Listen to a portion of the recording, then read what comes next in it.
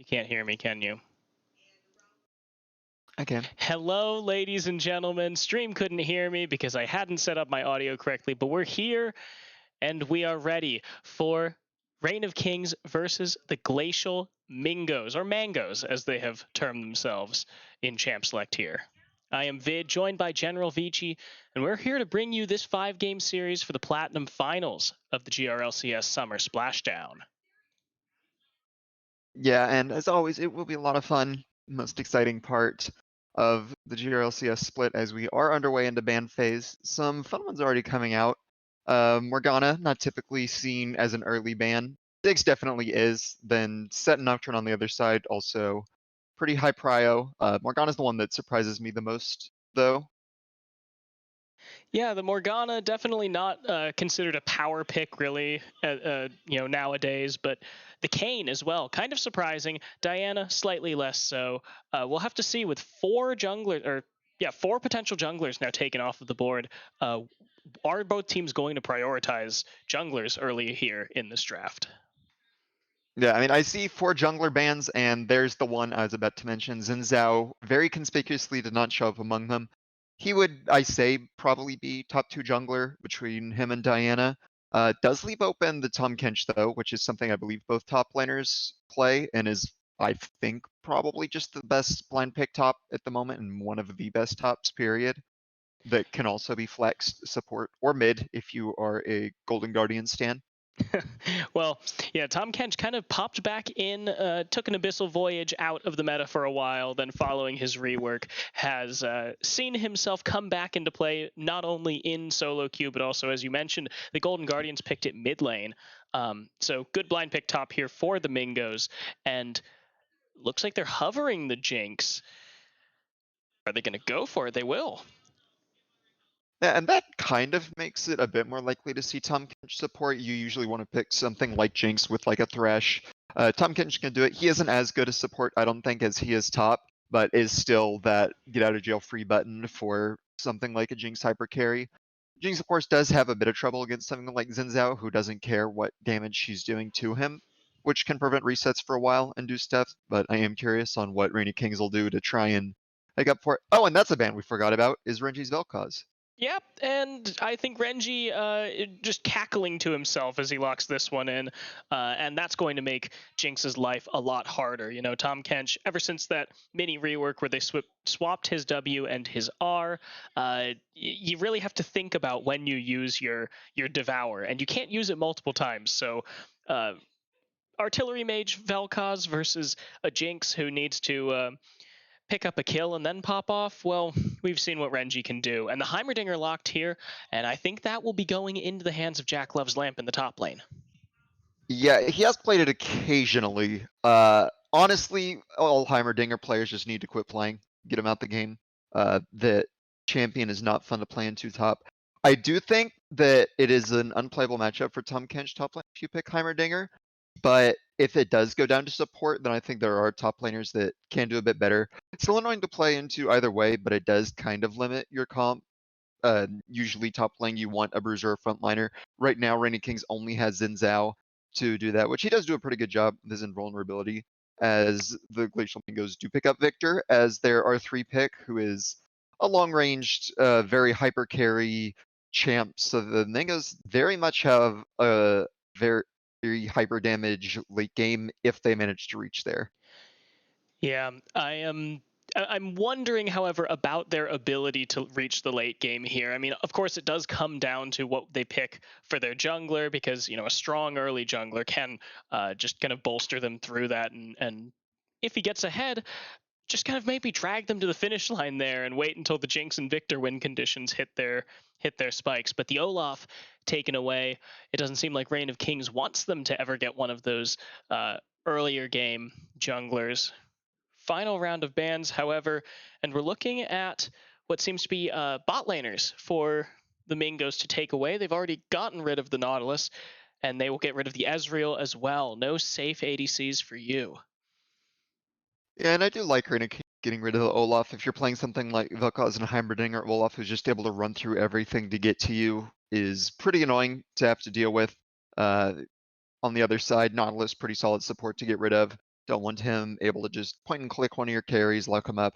Ezreal as well has pretty safe lane phase, so if you're wanting to do anything to the bot lane, don't want to have plan to him. As the last ban is Amundo, who I also think is fine to get rid of, assuming that well, I guess he could go jungle as well. Mundo jungle is kind of a thing, though not as much as top, and he is also a champ that can kind of run through to your back line. It's just not fun for AP champs to play into.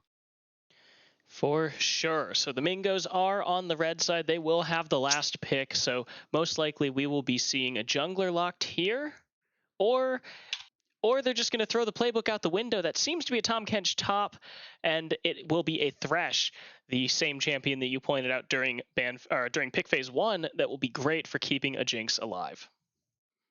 Yeah, and Thresh is also just very solid support, very versatile. Here, though, it kind of makes me worried because up against something like Vel'Koz Heimer, you are going to get poked out. Like, even if Jinx and Victor have their range, they are outranged by them. And if Tom Kench is your only engage, him going in alone is pretty easy to get focused down. So now you do kind of want a jungler to be something that can force fights with you. Also, just allowing counter pick support, which does turn out to be the Blitzcrank, which I don't think is a completely terrible option here, as it does do well into like getting random picks on both hyper carries, and Tom Kench doesn't get a second health bar.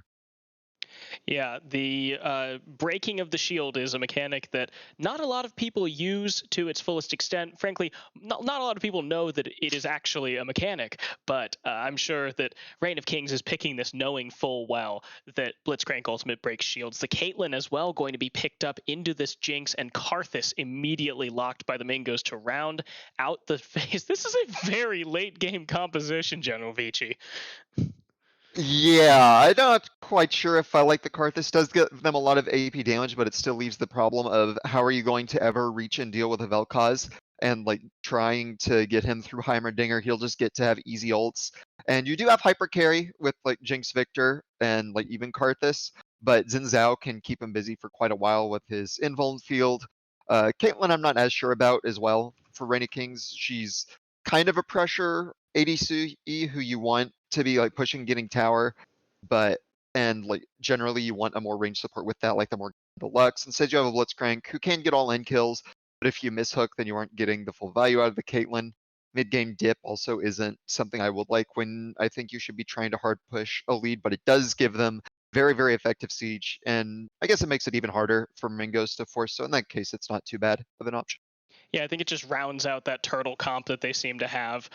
You've just got all sorts of World War One warfare here with the Heimerdinger and the Caitlyn, and I mean, we were talking, or you specifically mentioned that it's going to be hard with the Thresh pickup. You don't really have that much engage outside of Tom Kench just Wing his way into the enemy team, and Karthus is not going to fit that bill. He's not going to help engage the other team. This is definitely a tricky spot for the Mingos draft, just because they're missing a lot of tools that would help in breaking this turtley siege comp. Yeah, I guess one thing you can do is that you can get pseudo Tahm Kench Uldar, because if you eat someone, you can W and they go with you. So you can hand deliver Karthus to the back line and like try and kill people that way, I think is their best option for that. Especially if you like throw a Mega Death Rocket on top. But with Tahm Kench as the only kind of tank frontline, I do really like the Blitzcrank pickup from Reign of Kings just for that shield break. If Tahm Kench like tries to go in too deep, he's a lot squishier than you would normally expect him to be, especially because he won't be able to lane bully quite as hard against something like a Heimerdinger. It is a very rough matchup because your turrets block the tongue. You get a permanent push him, keep him under tower, look for the poke, and it's also something to keep any follow-up if Tahm Kench goes in alone. Xin Zhao and Heimer turrets will zone from the front line. So I do think there is going to be an issue on how Mingos try and force if Reign of Kings get far enough ahead to be able to set up a siege line. But that will be something to see more later once the game is played out a bit. Yeah, so I know you literally just said that you want to wait until the game's played out a bit before you're really making this call. But just out of draft, coming through this, we've talked about a lot of issues on the side of Mingos, but we've also talked about a lot of ways that they can kind of get themselves back into the game and start snowballing snowballing leads that they get with, of course, the snowbally hyper carry champions that they have on their side. Like we have to keep the nameplates on for this one, obviously, because this is Mingos versus Reign of Kings. These aren't two teams fresh faced teams at the beginning of the season. So with this draft, with these teams in mind, who do you think will take this game coming in at minute zero?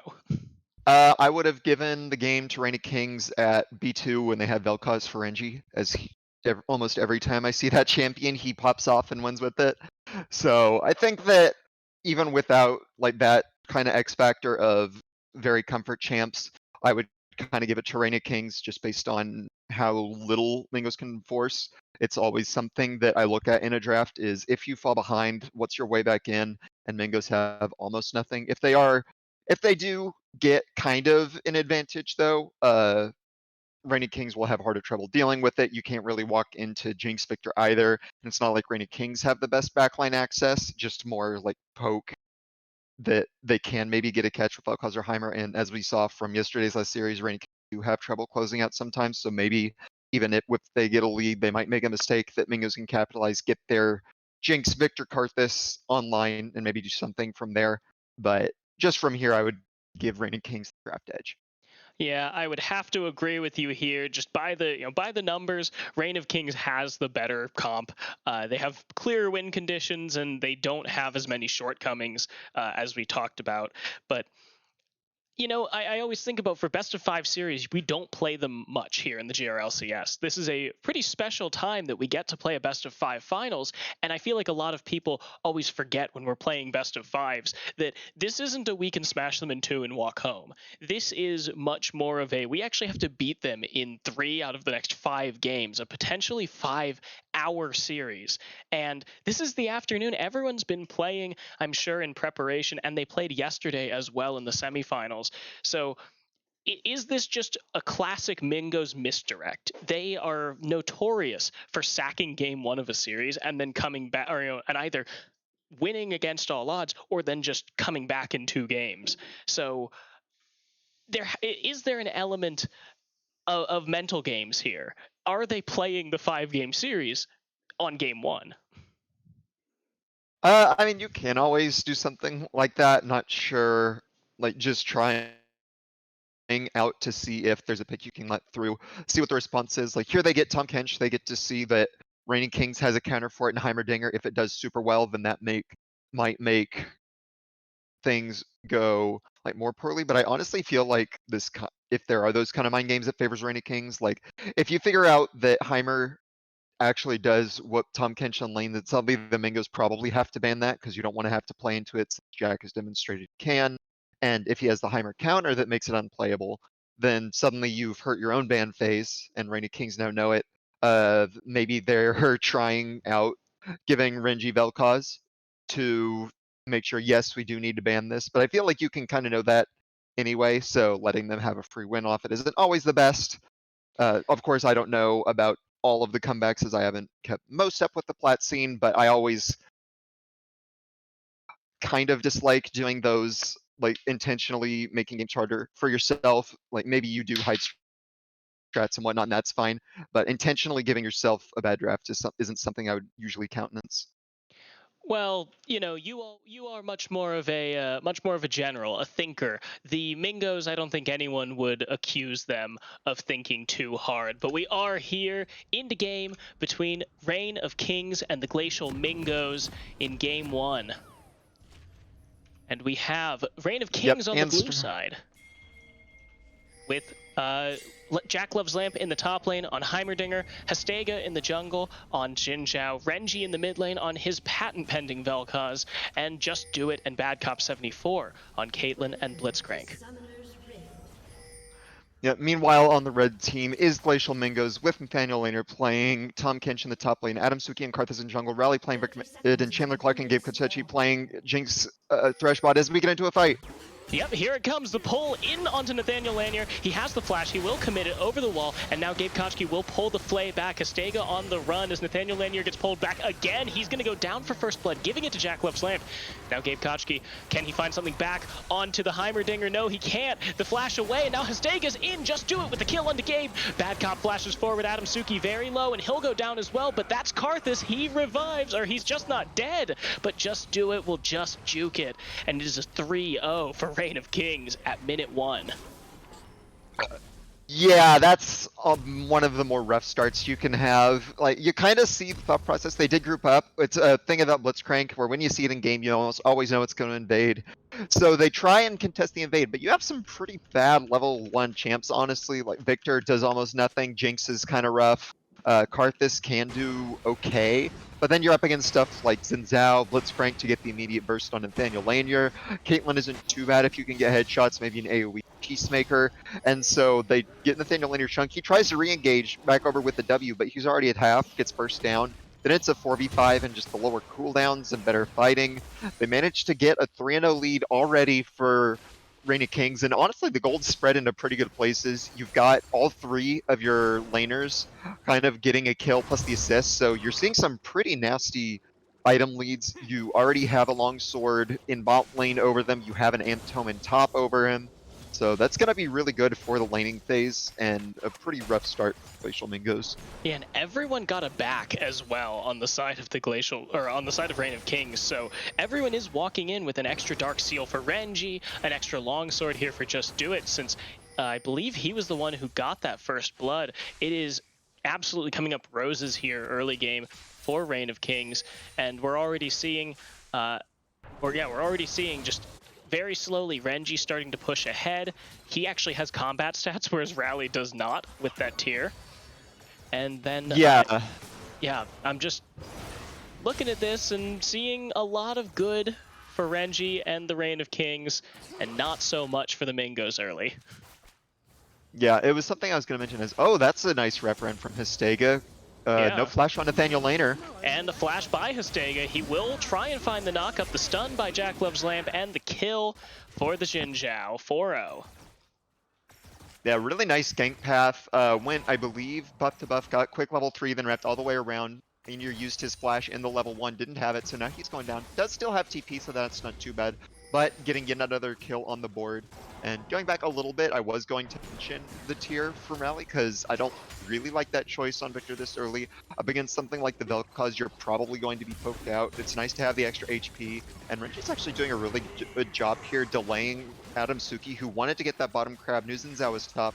He's getting hard poked off from the Vel'Koz, and that makes it really, really rough. He might get double crabbed. Is this an all-in top? Yeah, Nathaniel Laner taking a lot of damage and just gonna get killed. Didn't expect the stun, I guess. And he paid the price as Jack Love's Lamp is now 2-0-3 with a bounty on his head. Yeah, and that's just kind of what happens when it's Heimerdinger into Tom Kench, especially with that kind of lead. He tries to go in him, but you just walk around the turrets and he can't lick you, just kind of taking constant damage and a stun into all the lasers from all 3 turrets being there. And then that's just an easy, quick kill. And now top lane is basically completely doomed. Nathaniel Laner isn't going to be able to get back into it from here, barring some major missteps from Jack or hard camp from Adam Suki. And having just that pressure point already being 2k gold down, 5-0, and that's a really good hook.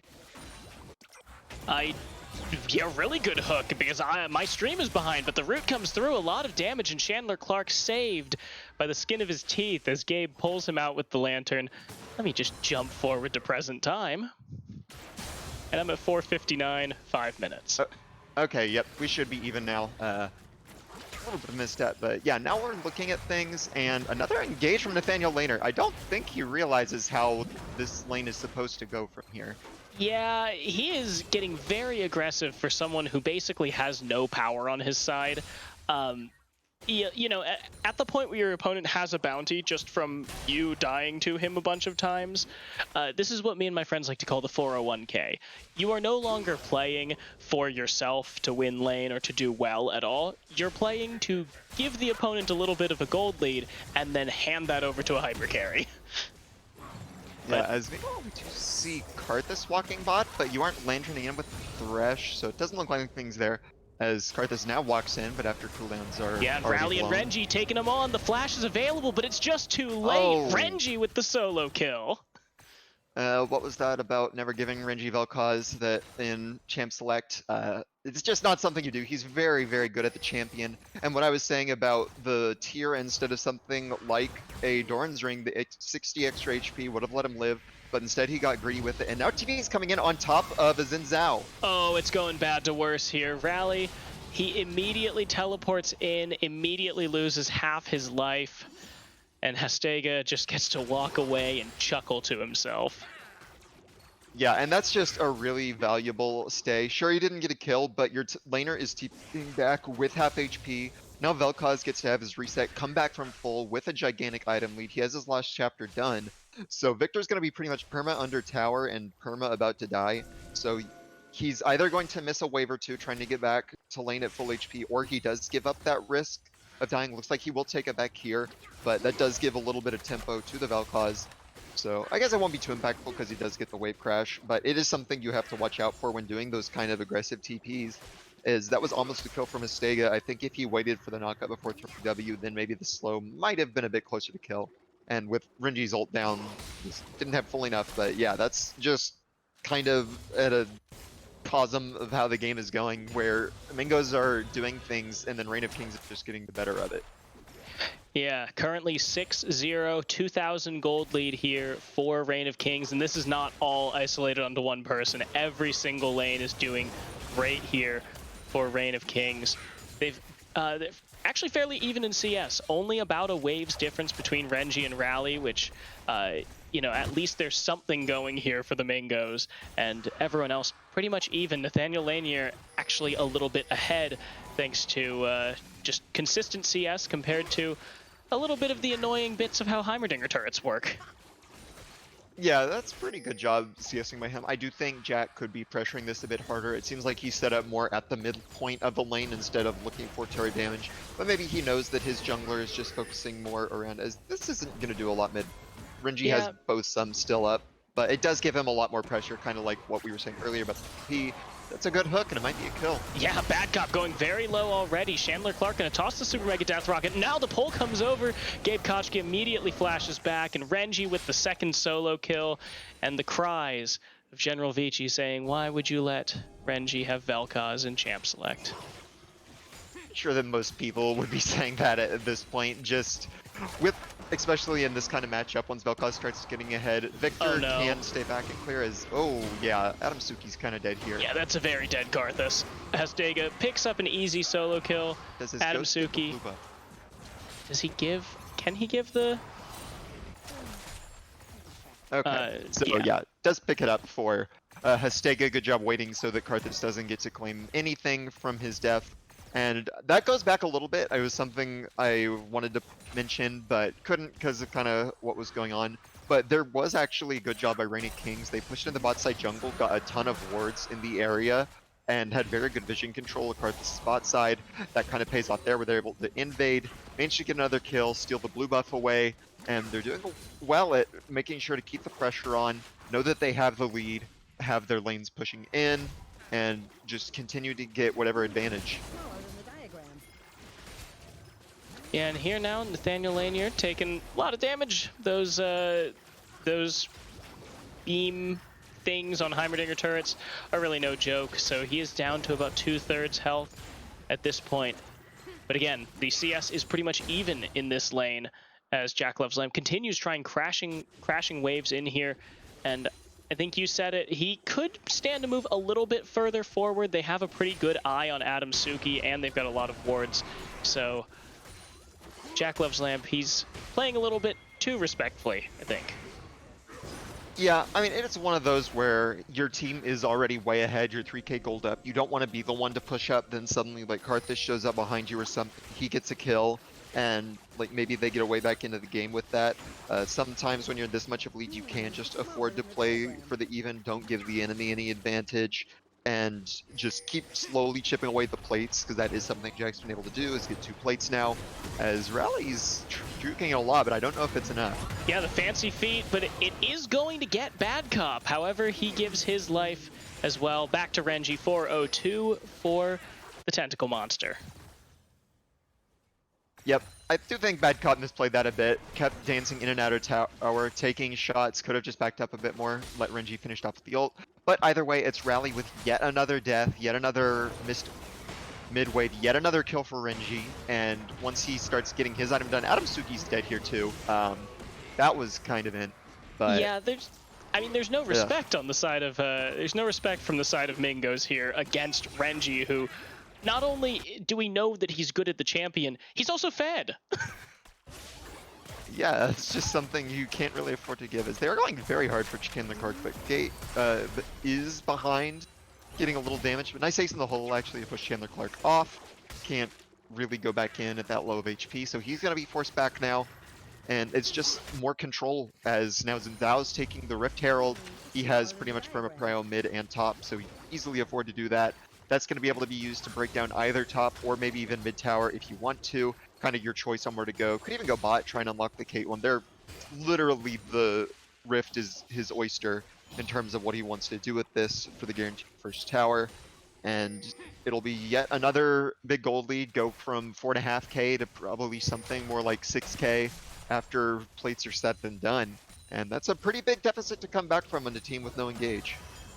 Yeah, I think everything that we were talking about in Champ Select, all of the win conditions that the Mingos had were just, they were more based off of the fact that maybe they can survive the early game. Maybe they can, get out of this without too much pain. And currently at about a 5,000 gold disadvantage, they are, they're a dragon down, they're a number of turret plates down. It's not looking good for them, and you said, no engage. It's going to be really hard to break the siege that Heimerdinger, Vel'Koz, and Caitlyn will provide, and all three of those are very strong right now. Yeah, I think the only real saving grace at that point is you do have Victor Jinx wave clear. It's not like you have a Silas or cast in mid or something. you can actually like laser the wave, try and keep it off, try and delay the tower from going down, but it is just a super, super rough spot. I mean, at this point, okay, didn't get caught by the traps, and now Victor's flash is burned. Nice roam up from Bad Cop. You know you have pretty much every advantage in bot lane, as Nathaniel Laner's going to go in again, and I expect similar things to happen as the last few times he's tried. Yep. Has to burn the flash to get out. Walks away without barely touching Jacklove's lamp, and while taking a significant chunk of his HP in return. So 1329 on the board, turret plating about to fall. The teleport coming in from Rally, but he may not be in the best spot. Immediately gets pulled back and assassinated. Renji's unstoppable. Yeah, teleports to Blitzcrank's face, and now the ultimate committed just to get Adam Suki away. Shelly will charge, and there's the flash in by Hastega. He finds himself a kill, but I think he may be paying with his life. Flayed back.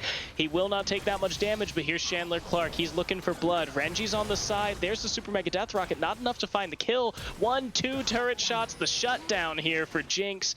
That's a good chunk of gold for Chandler Clark.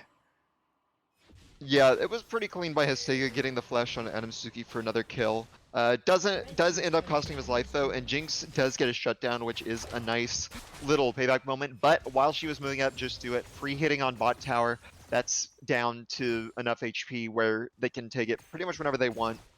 Top lane flash was blown by Nathaniel Laner as well, so his all-in is a lot weaker next time. Jack now having the Leandries as well. Not huge fan of that, or at least I wish Renji would have gotten Ludens instead. Leandry's passive, I believe, only applies once, so even if two people tag him, you are missing some DPS there.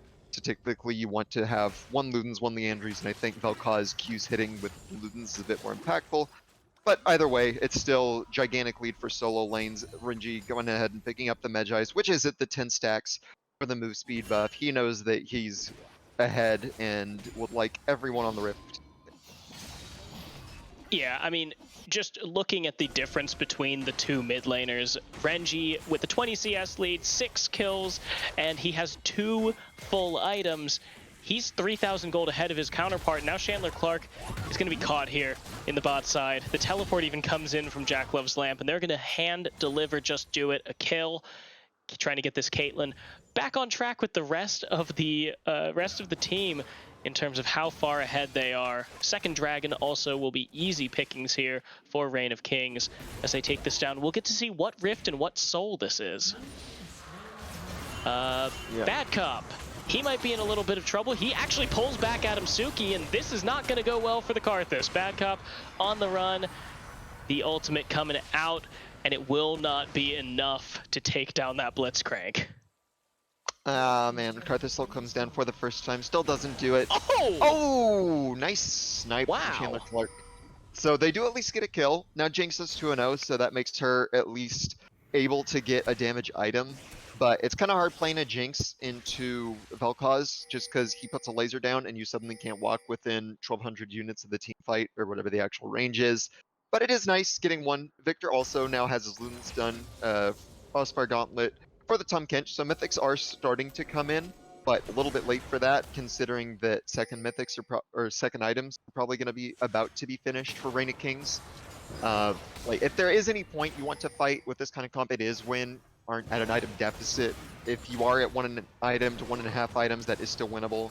But being like 1.5 items to 2 items as bad as Nathaniel Laner will probably survive, but will be forced out. And another tower will almost certainly go to Reign of Kings. No, oh, why would you stay? Yeah,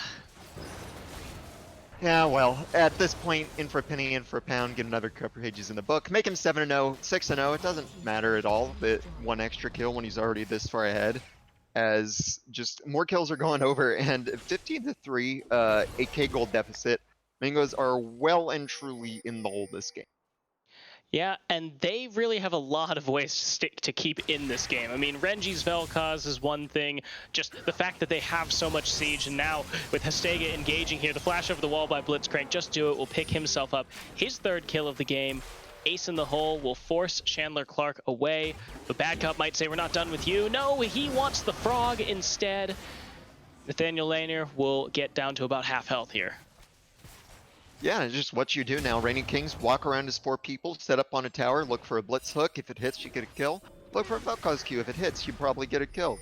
Look for like a trap and they can't walk up. You just get to go take basically whatever tower you want. There's only one tower outside of Mingo's base. At 18 minutes in, they can rotate for that one next.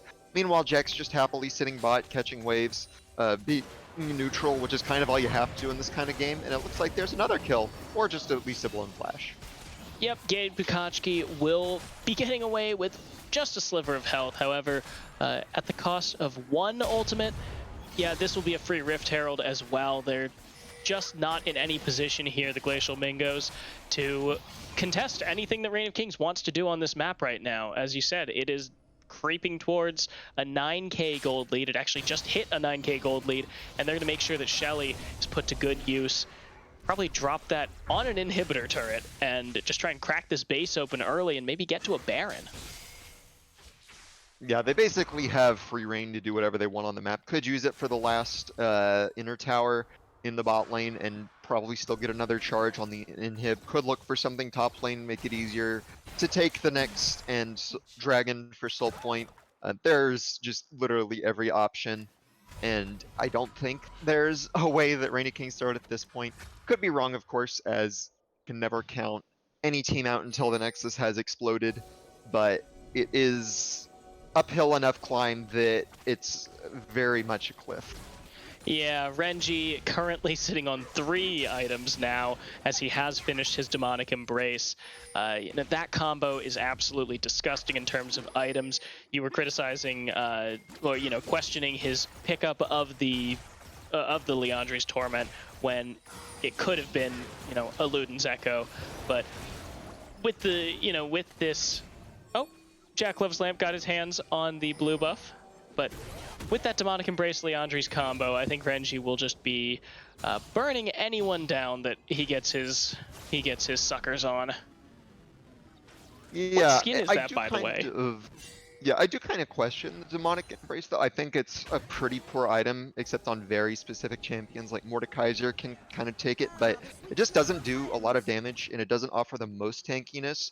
So I think if you have something like a Horizon Focus, or hell, even go a Death Cap at this point with all your Magi stacks, you could have been doing a lot more. But there's also the fact that you're kind of one-shotting people anyway. With your full combo, you're kind of ahead, so get the defensive item instead. Make sure that they don't have a way back in the game by catching you out and killing you by making yourself as tanky as possible. In that case, why not have a Banshees or a Zhonya's instead? I think those would probably still be better than Demonic Embrace, but if that's the thought process, yeah, I still don't like it as an item, but it probably won't matter as they do get to Soul Point on an Ocean Dragon. No less useful cloud for them, for the Mingos, for even a slight bit of relief in that, as they now move over towards mid lane after getting all of the towers outside the base and start setting up vision around Baron. Yeah, they did drop that Rift Herald in the bot lane. They were not able to find a charge onto the inhibitor tower. Adam Suki made sure to smite that one away, but they still have full vision control here around these barren important bushes. And the ping's coming out. Bad Cop is looking for blood. He wants someone. He will find Gabe Kochki. The knock up, the ace in the hole. Renji is godlike. Bad Cop now going very low. Hastega gonna have to get healed by Just Do It. But they'll walk away with a kill on the support and a numbers advantage around this Baron. Yep, not the biggest kill to get on Gabe Kochki, and they did take enough damage between the Karthus ult and the Victor ult to make it a bit risky to start at the Baron, so they'll just take the kill and start resetting with all of their oodles and oodles of gold. Finish up a Phantom Dancer on the Caitlyn, get some more wards on Blitzcrank, and go back up and do the exact same thing over again of just fish for Blitz Hook, set up vision, to pretty much have a fun, merry time. And we do start seeing even more items coming in. Now you have a Asterix done for Hastega. Jack has his Zhonya's done. Going back to what I said about defensive items, when you're ahead, it is very, very difficult for Mingos to do absolutely anything into them. And just keep securing the lead and push over and kind of whenever... Yeah, this is not one of those games where Reign of Kings has kind of pulled ahead and Mingos are thinking if we can just stall it out. Like, the timer here to stall it out is another 15 minutes at least. And I don't think Reign of Kings intends on giving them 15 minutes. Of course, you mentioned they have had trouble closing games out in the past, and the Mingos might, give them a combination of pause of a stronger opponent and also just be able to fight back a little bit harder. But Reign of Kings, they're sitting at a 10,000 gold advantage here at 23 minutes. It's pretty substantial, especially for game one of our Platinum Finals. And it looks like they are gearing up to threaten this Baron. Vision isn't, however, exactly perfect. They are spotted out on one ward, and Bad Cop drops a second one on top of an existing Mingo ward. Jack Love's Lamp has his teleport available as he pushes in this bot lane. He will be matched by Rally if it comes to that. Yeah, and I do like what Mingos is doing here. You can't contest the 4, so go down, try and kill Jack off on the other side. But Jack already kind of knows, although he is staying a bit here, might be able to get Nathaniel Laner behind him.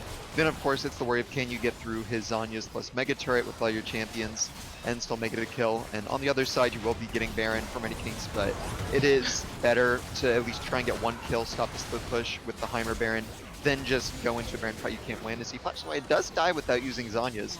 So that will be a shutdown, and it does go on to the Victor, which is pretty big, and delays the Baron push a bit. So Glacial Mingos do finally get something.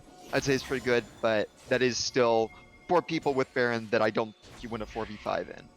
Yeah, I think the kill onto Jack Love's Lamp is small potatoes at this point. There's still 1,000 gold that, 1,000 gold plus that netted over to Reign of Kings here, and they are going to be able to knock down this turret pretty easily. Nathaniel Lanier, he is, in a lot of trouble. Didn't even get to use that gray health, and Chandler Clark and Rally both taking some damage here. Hastega has to dodge away as that ultimate comes out. A second Requiem now. It won't do that much, but it will force Bad Cop to reconsider his actions.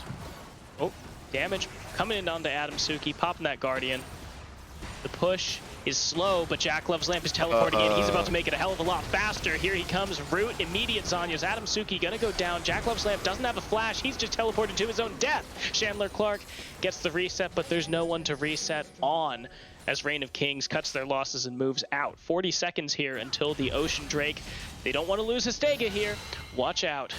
He's forced to use the ultimate, but he's alive for this next dragon.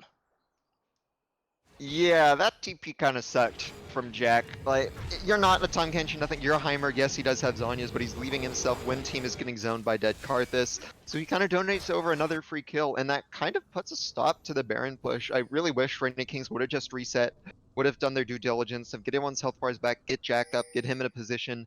Instead, they kind of stick around, do get the top tower, so they did at least manage to break something with it, but now the rest of the Baron will probably run out as they go fight for this soul point. But now the problem for Mingos is that it is soul point, you must contest, but you're over 10k gold down, and up against 4 item Vel'Koz with stopwatch and a dead thresh. Yeah, that's Gabe Kochki immediately going down. Nathaniel Lanier, he is going to take a lot of damage, but he's going to find the kill onto Bad Cop. Super Mega Death Rocket comes out, takes Just Do It very low. Hastega's here. He doesn't have the ult. He just used it. He's trying to go back in. He will not find the kill. It is Adam Suki taking that one, but he and his top laner will fall in return. It's a 2 for 2, and now Renji's moving forward. Rally has already committed the ultimate earlier in the fight. So Glacial Mingos, they actually get away here. Even in kills, they take the dragon away. A bright spot, finally. Yeah, and that was just well done by them to be able to recognize we need to do this now if we're going to, as Renji's going in. That's a dead Chandler Clark. Balls of steel. That's a flash, alright. But he's buying time for just Just Do It here. Yeah, that's just a distraction for Just Do It. He gets some shots on mid, but there goes the Baron, like I was talking about, when you're delaying that much with Dragon. And that Dragon fight was good for Mingos. They managed to take the Dragon away. Bit of a bad timing by Reign of Kings getting into it. Hastega had used his ult mid from overstaying too long. Jack wasn't able to get there yet because he was coming off Death Timer, so they were able to keep it basically as a 4v5. Tahm Kench might be behind, but he is still tanky enough to stay in front and keep the carries out, and that meant they could finish off Hastega in the pit, or at least force him to flash out, get the Dragon, get out with a minimum of Dez that you can acquire, and delay the soul for at least 5 more minutes. And actually, Nathaniel Lanier has picked up Anathema's chains. I have to wonder what which one of Reign of Kings he put it on. Was it Renji? Because dealing reduced damage, or Renji dealing reduced damage to him doesn't really cut all that much. A billion damage cut down is still a billion damage, pretty damn close. Is it just I believe it's on Jack. Yeah, and now Adamsuki, he's found himself in a very bad spot. Stega with the solo kill and no hope of a Requiem. Yeah, a very bad spot, though it does mean that he is now in the fountain, which is the safest spot you could possibly be for a Mingos member. I think anywhere else is still pretty much a death sentence, as now with that extra pick, Reign of Kings are set up to either push down top and get what probably amounts to a free inhib, or use the main advantage to finally break this mid tower. I personally like getting the mid tower down since you can get top inhib whenever.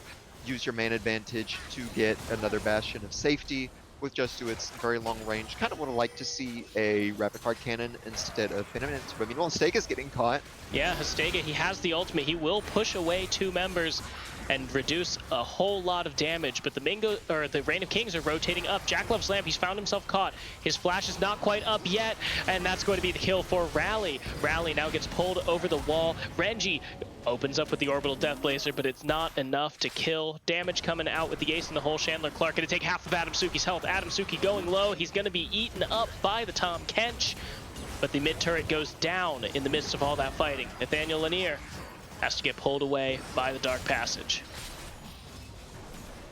Yeah, and this is still good by Reign of Kings, but they are giving over a few more kills than I think is necessary. Jack trying to walk over to help Astega, puts himself in a really rough spot against the wall, gives over, and this is kind of why I say that Reign of Kings have trouble closing out. They're getting to these less steps than just kind of execution errors, with giving over random deaths, with not getting their proper setups, and Mingos are able to stay in this game. It's now 30 minutes.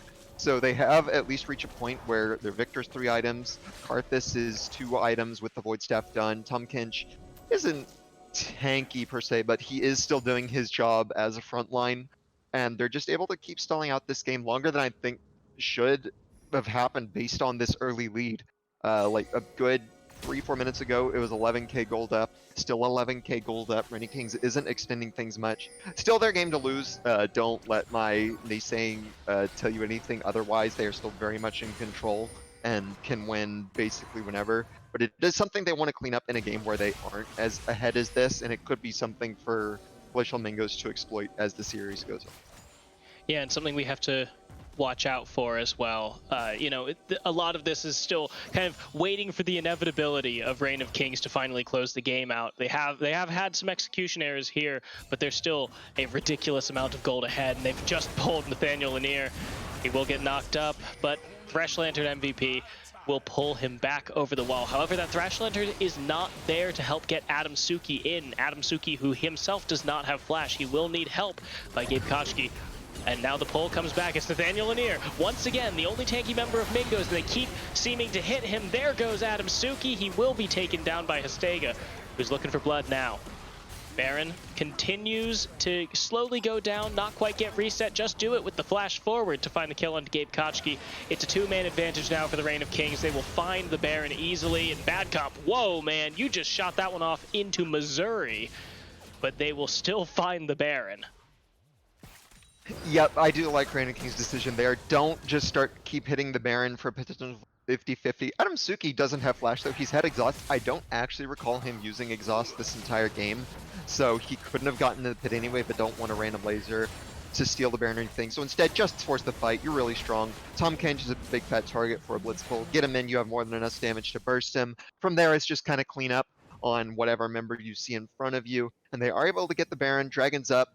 Karthus is still walking back from base, so you probably get that if you rush it. I think they're taking a bit too long to get in position, but I do think they will get it in time still. That will most likely be Ocean's Soul, as long as they don't peel off too much to help Jack. And that is yet another nail of the entire nail store in the coffin of Glacial Mingo's chances this game.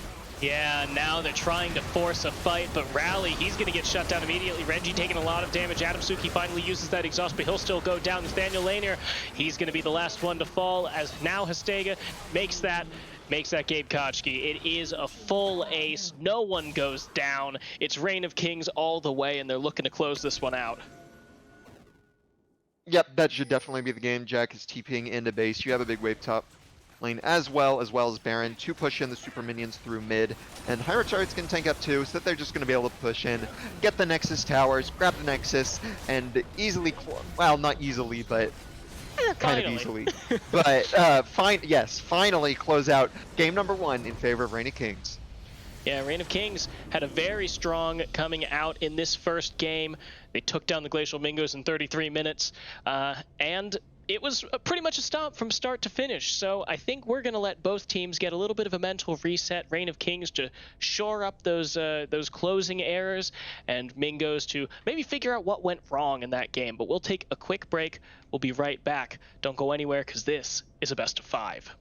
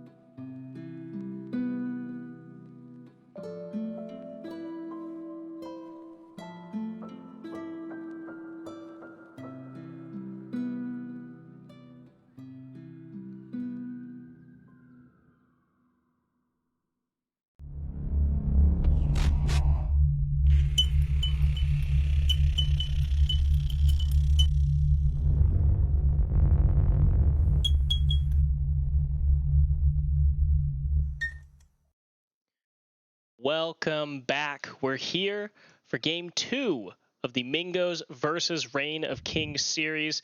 In game one, we saw Reign of Kings absolutely run away with an early lead, piloted, partially on the back of Renji's Vel'Koz, and we see that that is the first ban of game two here. Yeah, that one's kind of obvious one. Pretty much insta first ban of Vel'Koz. After that kind of game, of course, it wasn't just him. There was good play on the other side. Reigning Kings did play well in the bot lane with the Caitlyn getting a lead, pushing into the bottom jungle, letting Xin Zhao kind of run over every objective. But it was indeed the Vel'Koz that was kind of the anchor of all of that. So good to see that out of the way. Another ban on the set, as meanwhile, Reigning Kings do ban the Kayn and Morgana, same as first game. Not a lot of reason for them to change up what happened, as Glacial Mingos do ban the Zins, are banning the Xin Zhao just now, which is interesting to me, as it is a potential first pick. So that tells me they don't really play it, or they have something like the Diana or another very strong jungler like the Nocturne they want to pick up. And it is indeed going to be the Nocturne. Yeah, the Nocturne is. I think I like Nocturne just a little bit more than Xin Zhao. I mean, Xin Zhao definitely has a lot of strengths right now, but just semi-globals I feel are so important for competitive play. So getting to see the Mingos pilot this one hopefully gives them a little bit of extra agency on the map that they really didn't see a lot of last game. Granted, a lot of things went wrong game one, not the least of which was the level 1 triple kill for Reign of Kings, who will pick up the Ezreal here in the red one. Yeah, when you see a Nocturne early pick like this, it is actually pretty easy to draft around it. You know, he only has one button, which is to go in. So picking something like the Ezreal, who can build into a Frozen Heart, who goes Divine Sunder for some more tank stats, who has the E to get away from the Fear Tether. He's a really good AD carry against it, kind of why I don't like showing Nocturne as a first pick this early, and I'm especially with how he's fallen off after the lane nerfs. I mean, can't be flexed to multiple roles now, or not as well. You still can flex it if you see an opportunity, but because you know kind of what's going, you can draft around it. And along with Ezreal, picking up another very strong option in the bot lane with the Nautilus. Yeah, so Reign of Kings has shown their hand here for the bot lane. This will give Mingos the opportunity to pick against that. They pretty much have their choice of whatever they want to play, with the exception of Ziggs and Morgana, but they will be picking a Leona, the go-in support, super hard engage, and Tristana as well. This is going to be a very hyphy bot lane if Mingos get their way. Yeah, I do like that they're at least sticking with the identity from Mingos. You have the Leona, you have the Tristana. Those are also both engaged champs, can make her a very aggressive bot lane. You still run into the problem of you're going up against an Ezreal with that, who is one of the more slippery ADCs. And Reign of Kings, without seeing the top laner, they can go ahead and blind the Tom Kench. Both top laners play it. We saw it from Nathaniel Lanier last game. He was into Heimerdinger, not a fun lane. Ended up getting beat with it. But now, with the ability to do bans, Reigning Kings can pick it up, and I really like it into what Mingos have shown so far. Yeah, the Shen going to be banned by Reign of Kings. They definitely don't want that one into their Tom Kench. Looks like Viego is the hover for this ban, and they will take that away. Still have not seen Reign of Kings jungler, so they want to take away any of the other strong junglers that the red side could possibly pick here. Do you think there's a chance for Mingos to just say, we're going with the Heimerdinger? It doesn't fit in the comp, but we saw how well it did against the Tom Kench last game. I would be very surprised to see the Heimerdinger. I think it's more of a Jack special. He plays a lot of off meta top laners, has played Heimer before. I don't think blinding it when it doesn't fit in your comp does a lot, and it really reduces the ability like to pick a front line to help with the dive. You don't want Nocturne going in alone. Him just sitting in the back line, Ezreal doesn't care if he's into a Heimerdinger. Even last game, we saw the Tom Kench thing, even in farm, still able to do his job. It was more just falling behind in kills from trying to all in that champion. So I would be very surprised to see a Heimer. Other bans have come in, and we see the Galio ban from Reign of Kings like that. Don't give Nocturne a dive, buddy. Also see a Xerath ban away to keep the poke down from Reign of Kings. Saw Reign that, and I do like the Diana pickup from Reign of Kings here. It's one of the strongest junglers in my opinion, and also we saw it mid as in one of the games yesterday in Reign of Kings semifinal. So it also makes a very strong flex pick to keep the Mingos guessing. Yeah, no, the Mingos, they have to pick both of their champions here, both solo laners, and they will give the opportunity for Renji's counter pick. The Anivia is the hover, and it will be the lock. And you've got a little more control in the backline here for Mingos with 3 other go high motor champions. Give them the bird and chill out a bit. Yeah, I'm kind of in two minds about the Anivia. I do like it as a champion. Diane, it will do a pretty decent job of zoning out Reigning Kings. Might be able to lock Tom Kench away with a wall, get a quick pick with him. But it does kind of go up against the theme of the comp. It will not be helping Leona, Noct, Tristana dive in. Volibear picked up for the Mingos. That is another pretty solid option. I'm guessing it will go top lane, based on the nerfs to Lane Nocturne. And I think it does okay into Tom Kench, not great, as not many top laners do great into the current Tom Kench, but does provide someone else to go in with him. So I don't completely dislike this draft. Yeah, I think with the exception of Whoa, whoa, Renji Zed. that's not something I was expecting at all to come out from Renji. Screw talking about Mingo's comp and everything else. We are hyper focusing on this last pick. That does kind of change things up though from Rainic Gangs. Like they were able to do kind of a like kite comp with the Ezreal, did have Tom Kench for Peel. Now though with the Zed, you have double assassin with Diana, Tom Kench following in on top of a Nautilus R, try and absolutely burst that one person. And there isn't a ton of targeted lockdown Flamingos if the Zed plays it right. Actually, I lied. There's Leona, Q, Anivia stun, Volibear stun. Nocturne Fear Tether, so it will be kind of hard for NG to play this. What I was keeping in mind is that there aren't really any answers on the side lane to a Zed other than Anivia just wave clearing, but you kind of want Anivia to be more with the group of the team to keep Reigning Kings from forcing. Does give me a question though, because Zed isn't the best into Nivea because he has 2 health bars to go through with the egg. You get your 1 burst off, just put him in egg form. And Anivia can instant stun you off the back end to try and do stuff. So that's a very interesting pick for me. Not really sure how it's going to work out.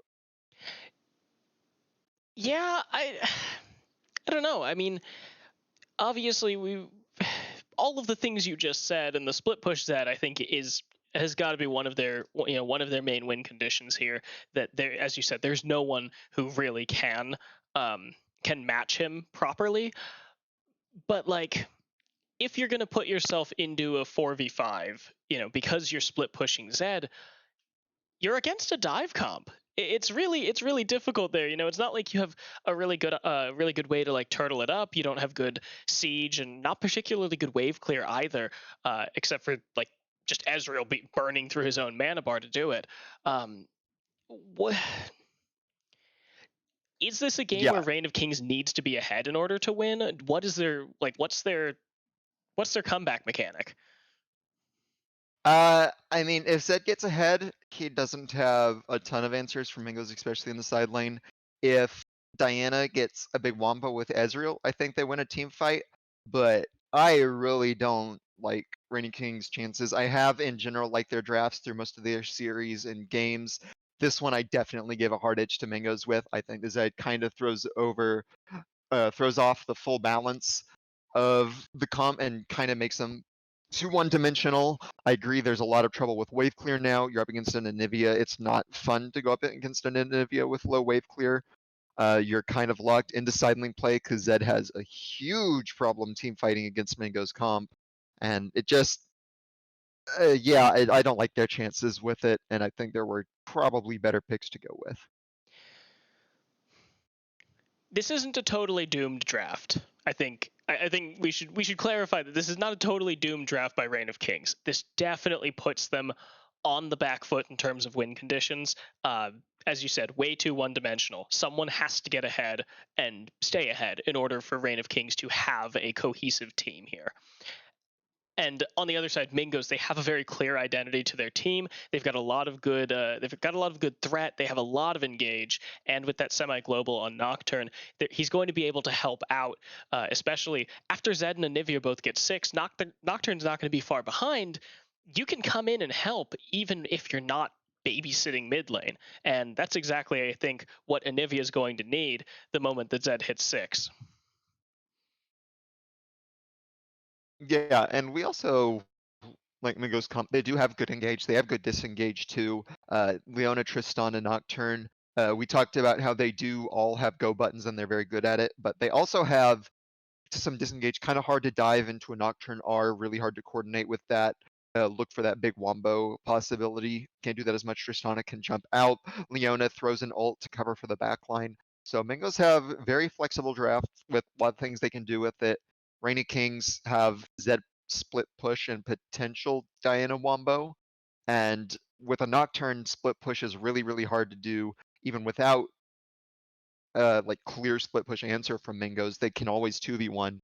So this is kind of a really rough draft, but I also said that about game 4 yesterday in the semifinals of Rainy Kings versus AOCC, where I thought Rainy Kings had a far superior draft and they got kind of crushed. So maybe if Renji is able to pop off with the Zed pick, get a snowball lead on the Anivia, they can close it out and still win from there. Yeah, there's a lot of question marks going into this. I mean, obviously, a lot of these champions, the Anivia, the Zed, aren't super, this isn't a, oh well, we saw this similar thing happen that it's going to go a similar way. And this is platinum. Things don't always go as we expect them, as evidenced by game 1.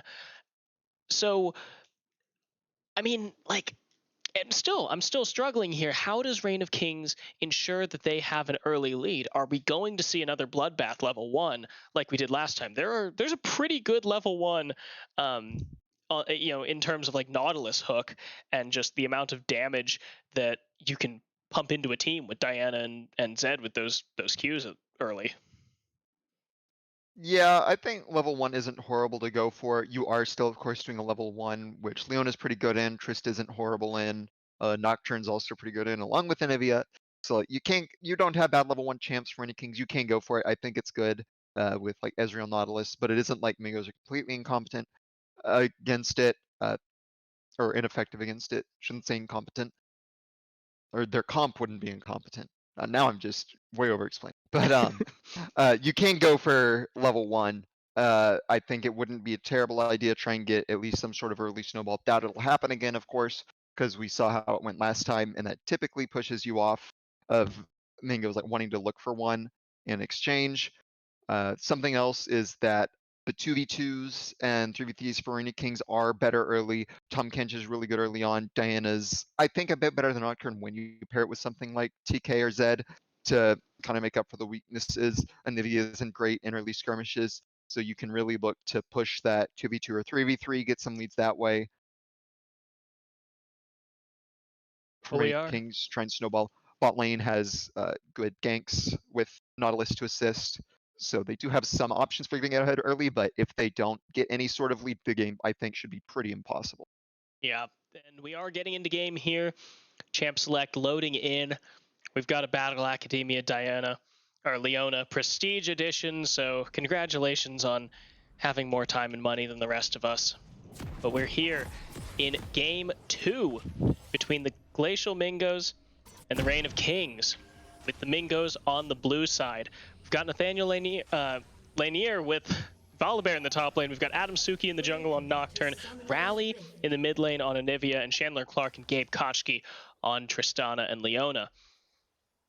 Meanwhile, on the red side, we have Reign of Kings with Jacob's Lamp playing Tom Kench in the top lane, Hastega piloting Diana in the jungle, Renji taking the Zed in mid, and Just Do It and Bad Cop 74 playing the Ezreal Nautilus bot.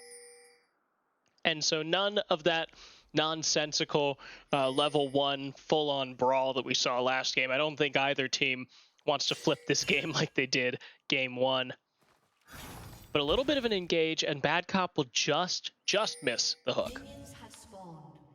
Yeah, I mean, I do like that. Just push in, get kind of a late ward, keep track of the Nocturne, maybe give a Diana a chance to force those early fights that we were talking about. No real cost for it either, as you saw the enemy team 5-point, so you aren't really worried about running into 5 and getting counter engaged on. As we do see both junglers starting on their bot side, will most likely clear up towards top and try and make a game plan from there.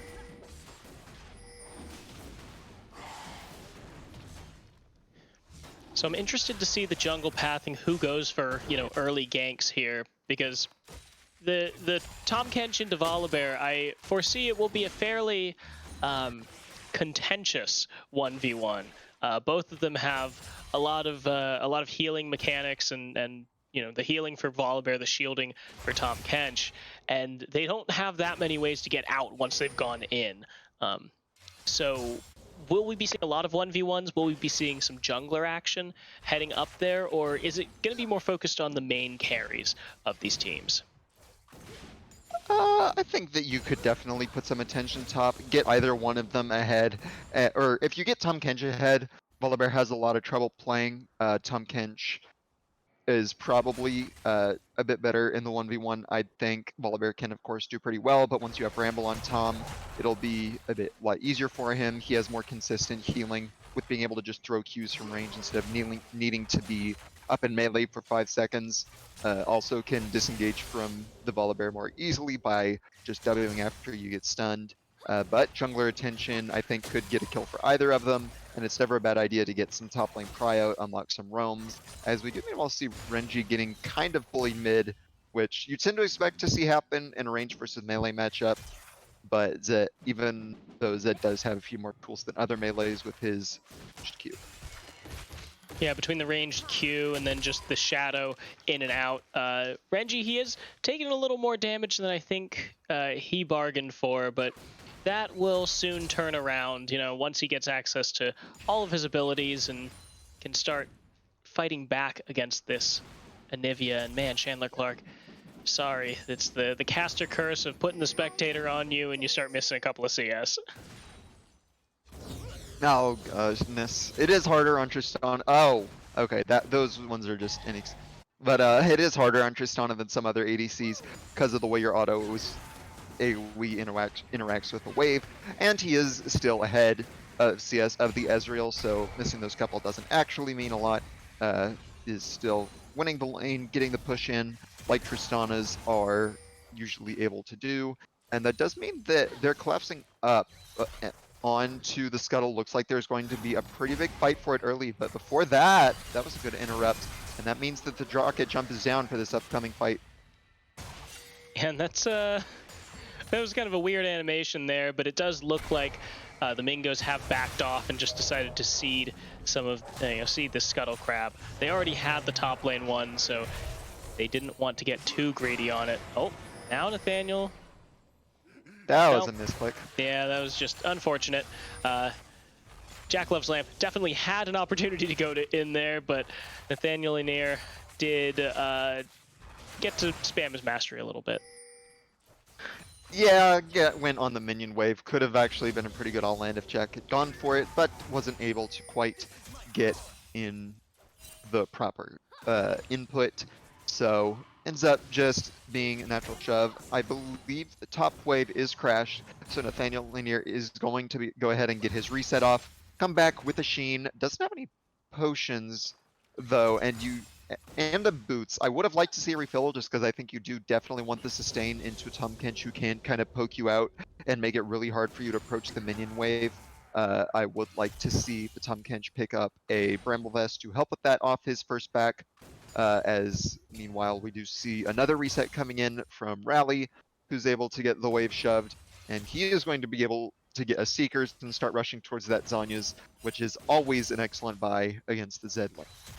Yeah, it's something I love to see, just immediately pivoting your build, knowing that you're going to do so much more if you're just not inting into a Zed, then you'll lose by not building your Mythic first. So good on Rally. We love to see it. Renji, however, has hit 6 first, and it looks like he's roaming down to the bot lane where Chandler Clark and Gabe Kochki don't have any vision. Blast Plant over the wall. Here he comes, coinciding with the minion wave, and the on my way pings are going. Bad copy misses it though. Renji gonna take some damage as the teleport comes in from, Nathaniel, who gets interrupted by Jack's W. Great job there by the Tahm Kench in the top lane. He will burn the teleport at the Mingos top. Yeah, almost think that it would have been better to have the TP go through and Jack just follow. Nathaniel Lanier was kind of isolated in the middle of a bunch of enemy members. As meanwhile, we see the ult going in mid. Yeah, the Deathmark comes in, forcing the flash by Rally. Renji will snap back, and get about half of the bird's health. No kill though. Yeah, nice little exchange from Renji. Always good to be able to get that flash onto Rally early, start getting some more lane pressure. Don't want Anivia to be able to perma wave clear. And it is one of those things where Anivia is a very mana-hungry champion, and delaying your Mythic for Zhonya's means she has a lot less staying power in lane. Does, of course, have TP, so it's not a huge deal, and it is a short lane, but it does let Renji get off a few more roam opportunities, and he might be able to kill Adam Suki here. If he only knew that right over the wall there was a Nocturne on Dragon, I think he could have made something happen.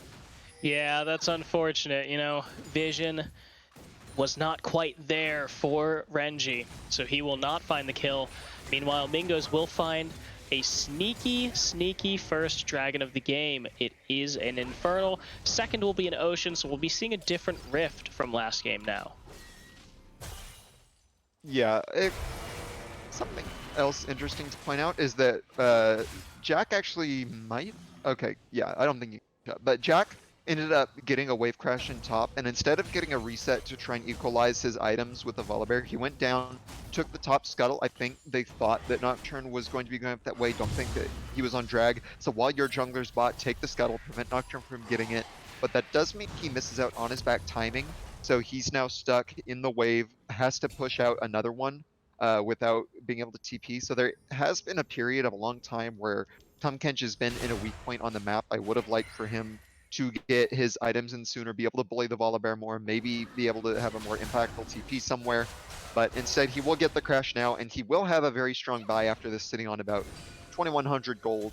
So we'll see what he comes back with and how well he'll be able to start doing the bully things that Tahm Kench top is known for.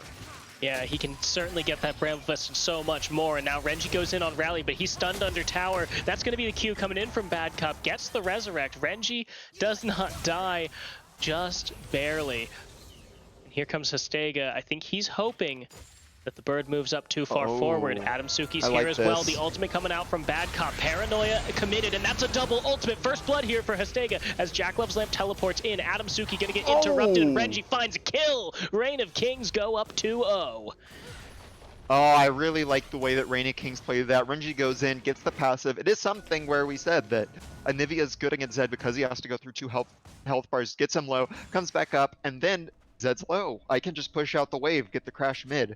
But really good job from Mistega, waiting in the wings for that to happen. TP from Jack as well is a bit late, but they also get the Nocturnal. That's really good. The flash just barely misses. Now Jack and Diana are able to go up towards Nathaniel Lanier, so he's probably going to die here, going to be shoved back under tower. We'll try and ult out, but almost certainly die anyway to all the slows. A lot of slows. He has to turn around for the stun. I don't think it's going to be enough. Hastega with the kill finds himself his second kill of the game, and now Reign of Kings is starting to pick up a little bit of steam here.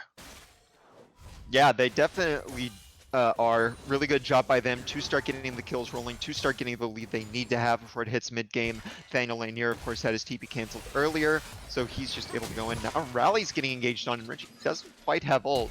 Yeah, Renji, come on, Q. Anyway. We'll find it, and he will not die to tower. Dancing on a knife's edge here. Renji. Yeah, and that's kind of where you don't want it to be. Zed starting to get the kills, starting to pop off. Definitely don't want him getting into a strong point where he's just able to one-shot anyone on the map, which is one of Reign of King's win conditions. And meanwhile, Tahm Kench, without Nathaniel Lanier's TP, was able to get a plate, able to W out. I don't think this gank is going to work. Adam Suki's fighting, but definitely doesn't win this.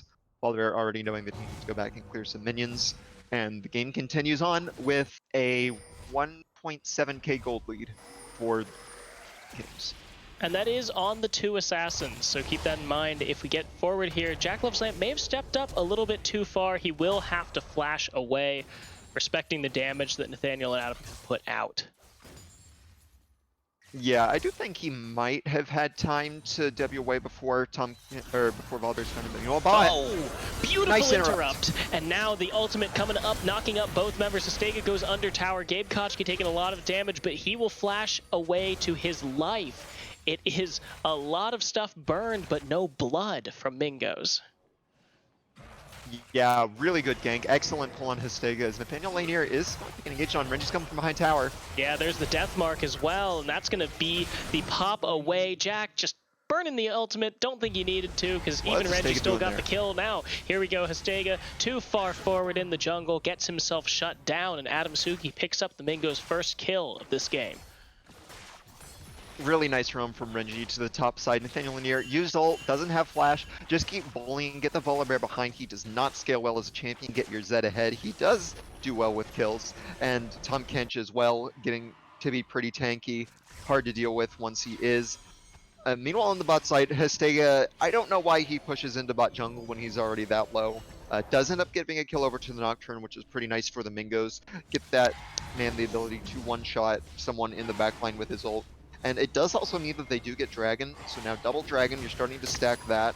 Definitely want to have that soul win condition. Rainy Kings don't deal well with it, especially if this turns out into a mountain. Isn't, so not the best option for the Mingos, but they do manage to get the lead off that from Histega's overextension. Yeah, now the Mingos do have to watch out, however. They don't want to give extra Cloud Drakes over to the side of Reign of Kings. The team fighting ultimates are some of the most important here. For the side of ROK, you've got that True Shot Barrage, which is just going to be reduced even more, but most importantly, the Depth Charge and that Moonfall. And here we go, Gabe Kochki in trouble. The ultimate comes out from Gabe. It will get Histega to stop in his tracks, and now here comes Rally, the flash away by Bad Cop. It's gonna be interrupted, but no, by Nathaniel, sorry, and Gabe, he's knocked up, he's dead. Renji on a rampage, and the Phoenix has to turn around and walk back to mid. Yeah, that's the second time now that Nathaniel Lanier has tried to go for a TP and just gets interrupted by Jack with a W. Really long range on it, super easy, so I do have to criticize the Volibear a little bit for not backing up far enough during his TPs, making sure he's out of range of Jack. And just good response once again from Reign of Kings, almost overextended, but flash away from Bad Cop.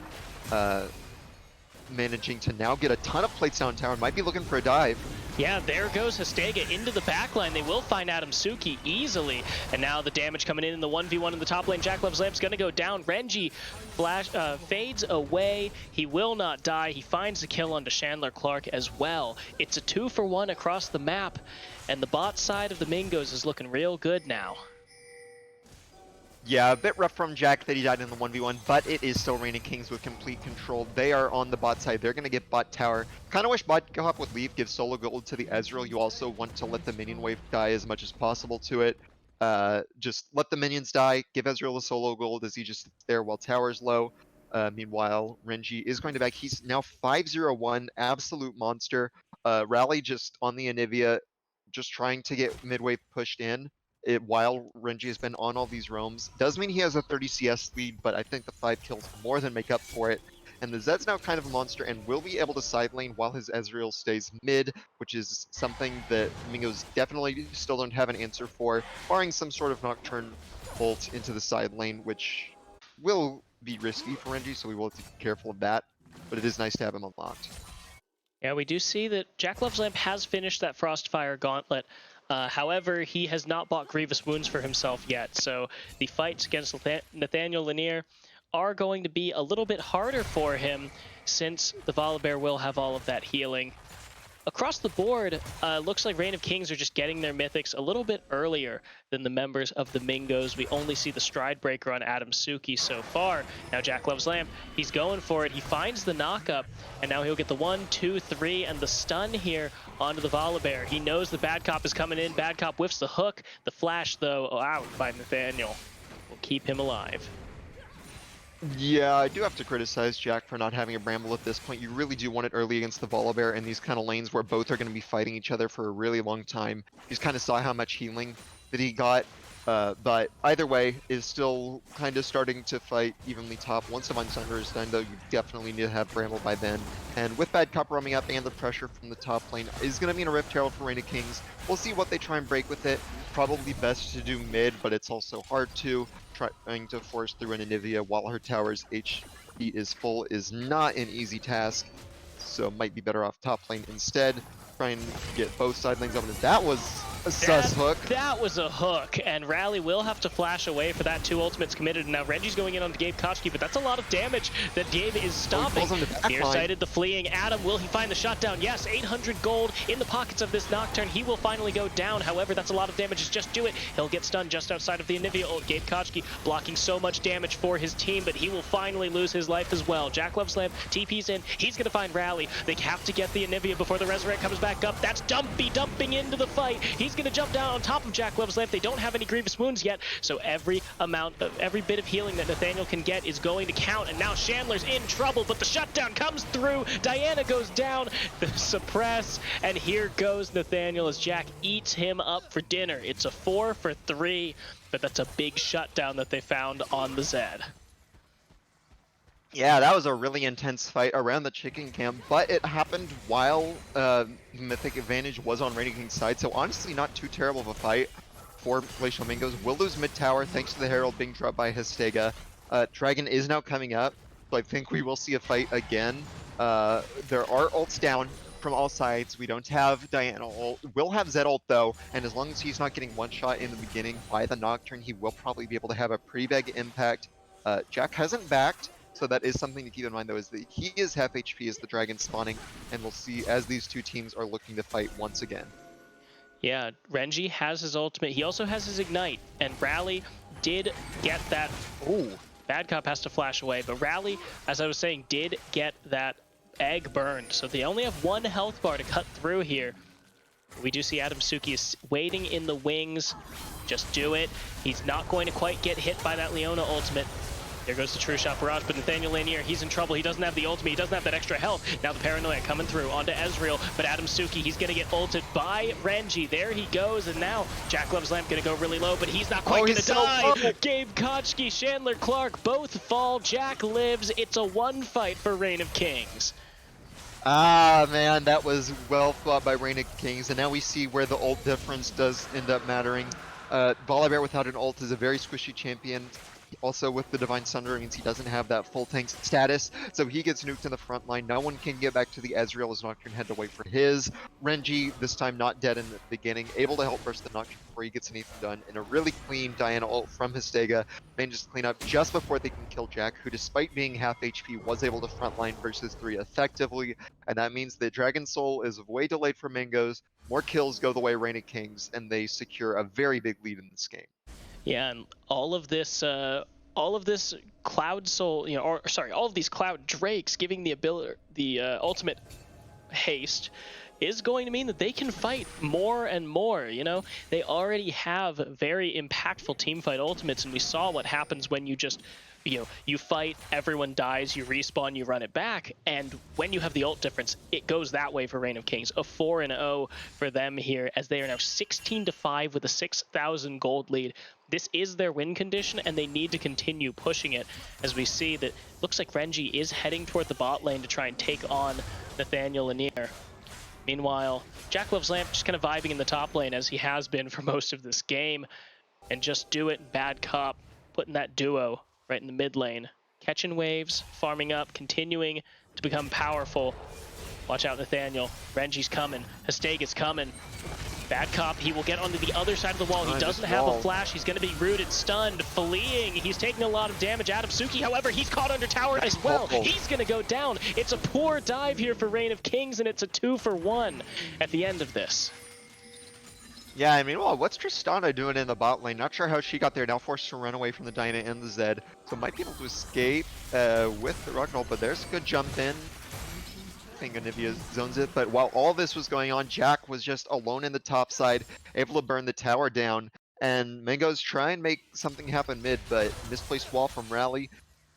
Good re-engage from Bad Cop means that they go 1-for-1 there, and with so much put mid from Mingos, the rest of the map went entirely in the way of Reign of Kings. Yeah, now Rally might be in trouble as well, as he gets knocked up, pulled in, and wow, he is just going to get bursted down. There is no hope. Jack Loves Lamp eating eggs for dinner tonight, boys.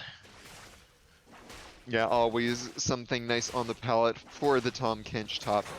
Nice knock-up, well placed from Jack, and Histega, who is 9-2 on the Diana, has the Zanya's done. really a lot of damage. And now they're just going for Baron, and there is no one on Mingos ready for that. Nocturne's farming chicken camp. Tristana's in the bot lane, so this is easily going to be a free Baron for Reign of Kings, and just another excellent way for them to push their lead. Yeah, and this is what's really, I think, going to unlock Renji in this split pushing role. And bad copy pulls in Gabe, and that was a hook. Renji, he has the opportunity to reset. I'm sure he can get his second item by now at 5-1-5. He is surely no slouch in this game.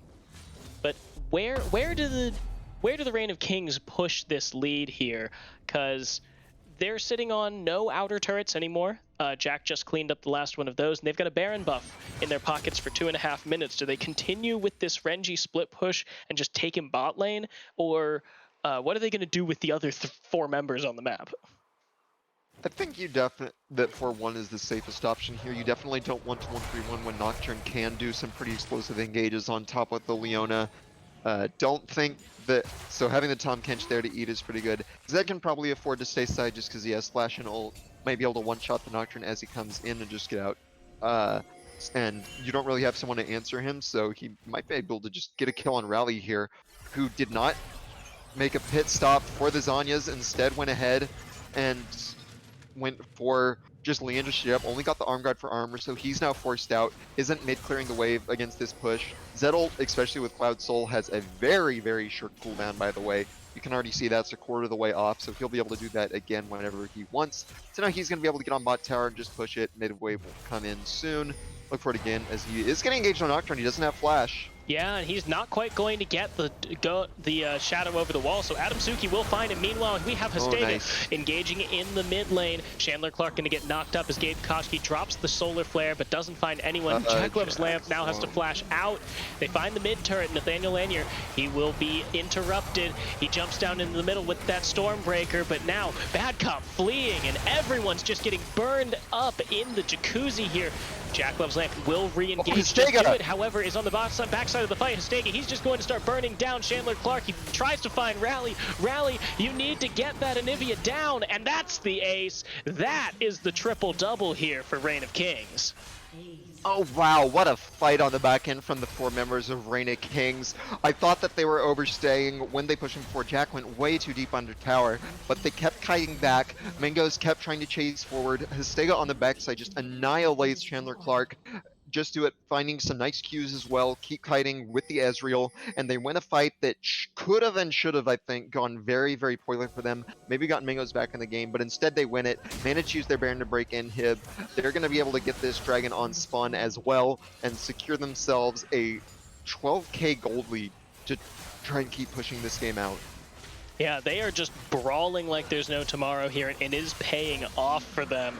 That was a beautiful team fight there. Even down a full member, they still managed to pull it out and get that ace.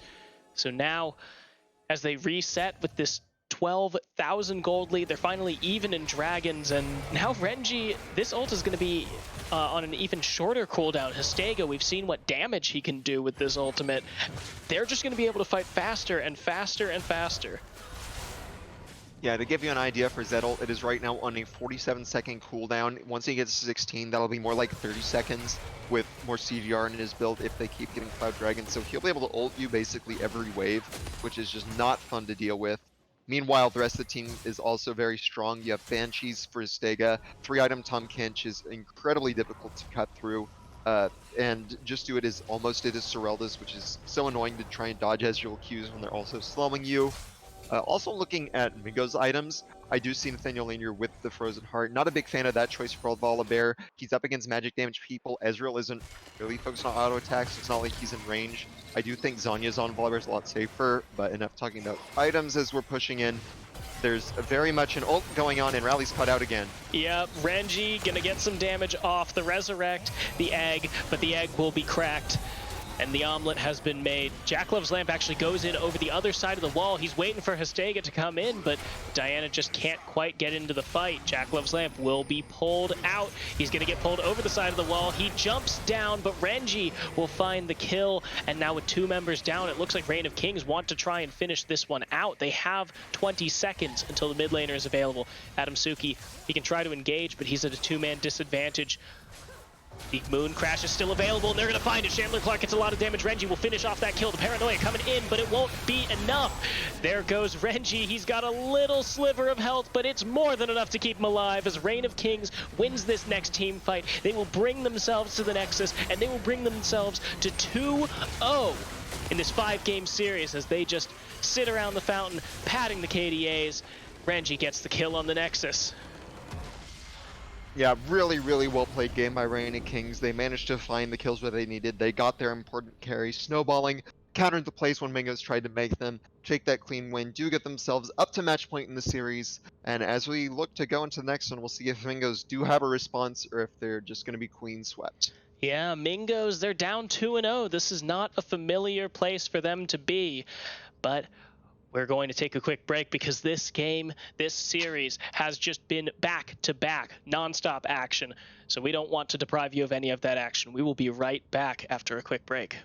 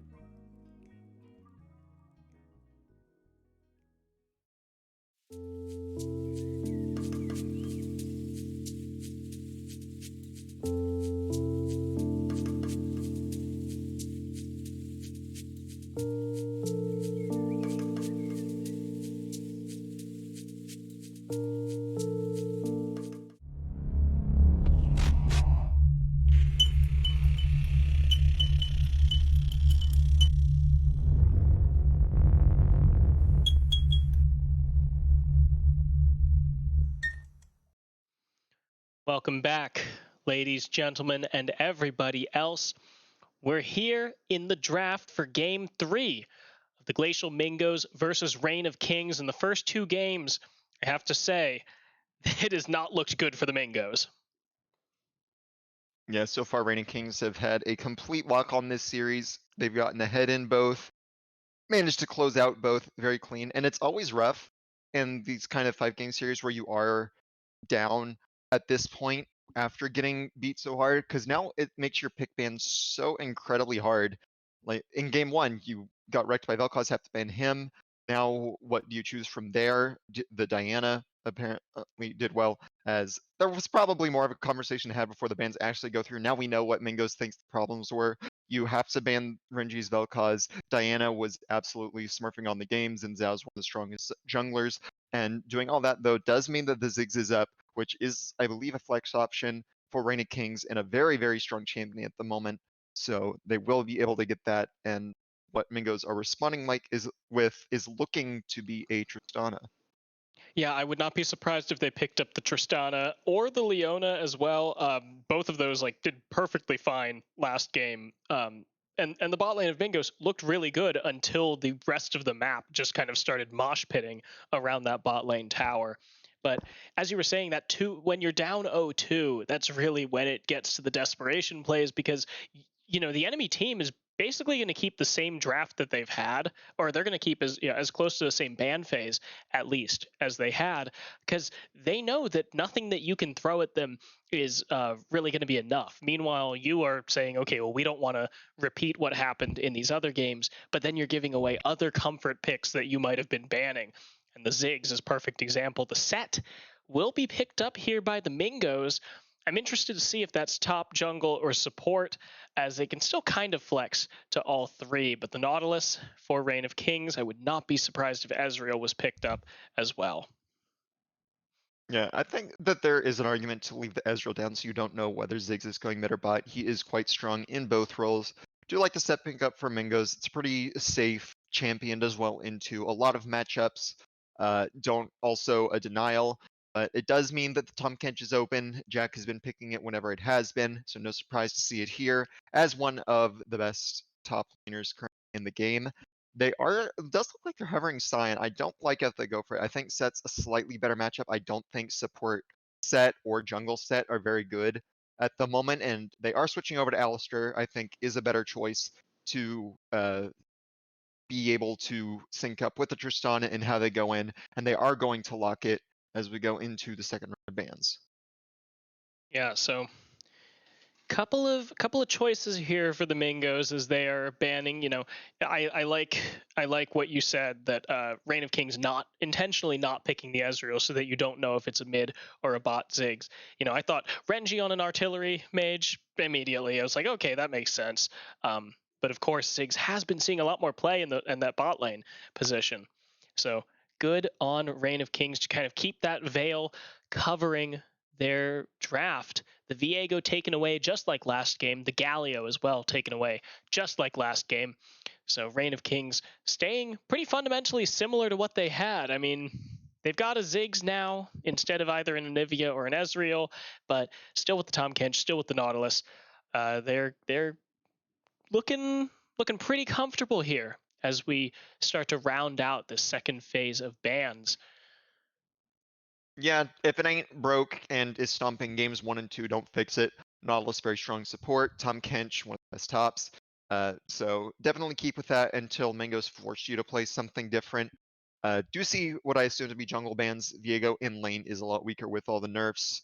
So jungle Viego is, I think, the best role for him, and we do see him get banned. Jarvan as well from the Stega. That one's a bit more odd to me, just because Tristana isn't really worried about a Jarvan. Alistar and Set also have ways out, but maybe it's just one of his Stega's few remaining champs plays, so get him off comfort. As we do see the Seraphine ban from Reign of Kings, I think pretty fair if you're worried about him picking it mid. Always an annoying champion to have to go into, and we will see how Mingos decide to round out the 4th pick of their draft. Yeah, I mean, Okay, there's the Oriana, pretty quick and easy, and I like that with the delivery system of Set or Alistar or even Tristana in some cases. That is a very good potential for a Shockwave. Yep, Tristana is sometimes known as Malphite when people just jump in onto 4, and Malphite, as everyone knows, works really well with Ori. So having the mini Malphite on the Tristana is could be funny if they actually make it work. Of course, Set and Alistar are much better delivery methods. Agreed in that I like the pick that is just a safe, you can scale, do well in team fights. Now we see that Ashe is locked in, so confirmed Ziggs mid for Renji. It is a style of champion he is very good with and plays often. Ashe as well, I think, is strong. Does quite a bit of DPS, can also go into the tankier shield bow what's in build that we're starting to see from stuff like Callista, Kog'Maw, and the Ashe. If you want to just absorb enemy damage, or you can go Kraken for a lot of burst, still get picks. And now we see Histega's lock in for the jungle, and it will be something a bit more out there with the Kha'Zix. Yeah, Kha'Zix is very interesting. Not in that main core of three junglers that have all been banned now, um, but just Kha'Zix has a lot of dueling potential. These other junglers also they have dueling potential, but Kha'Zix kind of takes that to the next level. If you find the enemy jungler isolated, you're going to be able to put the hurt on him. However, when that jungler is Zac, he's got a little more beef for you to get through, so it may be a little bit harder. And also, just the lack of hard CC makes it a lot harder for you to lock down something like a Zac when there is the elastic slingshot to get through. Yeah, I really like the Zac pick from the Glacial Mingos. It does well at reaching the very far back line of Ziggs and Ashe. You can force an engage. They don't have very good tank busting capabilities on Reigning Kings, especially when you're dealing with Zac and something like a Set jumping in. Kha'Zix won't find him easy to assassinate. Yes, your early game will be a bit weaker, but you also get some pretty nasty gank paths synergizes well with the Oriana, and just overall, I think rounds out their comp a lot. And I do like what the Mingos have put together. Not too sure about the Kha'Zix from Reigning Kings. I think the other 4 is an extremely good core, but Kha'Zix does still have the option of making early plays, looking for someone to isolate and assassinate. And Histega's been having a pretty good series so far, so we'll see what he can do with the pick. Yeah, that's the thing. I mean, we talked about last game that we were really kind of questioning the Reign of Kings draft, just saying, okay, well, like, yeah, okay, you've got a win condition, but your win condition is get ahead, and that's not a very solid win condition. Like, they definitely had the more questionable draft going into game 2. I think it's fairly similar in game 3. Like, Mingos has a very, very clear idea of what they're doing this game. Reign of Kings, they had a lot of that, and now the Kha'Zix kind of throws everything off just a little bit.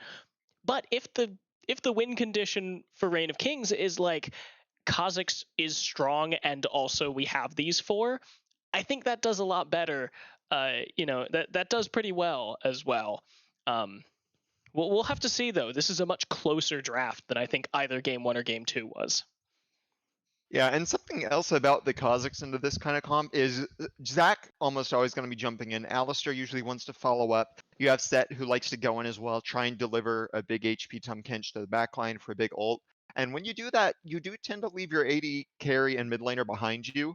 And when they are behind, they are going to be isolated. And Kha'Zix really likes when that happens. So there is that angle to consider where if Mingos are looking to engage and all their champs go forward, Kha'Zix might be able to sneak around, get to the unprotected backline, maybe make a quick kill, and Tahm Kench can eat the actual target of the engage. Nautilus can throw up some disruption as well, try and keep the Ziggs and Ashe alive.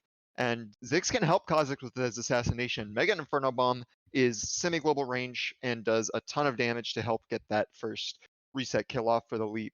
So I do think both drafts do have quite a bit going for them in how they can actually pull together a win. Yeah, I'm interested in seeing this. I mean, we've kind of gone through this and we this was a very similar for Reign of Kings, kind of a similar idea from what they were doing last game.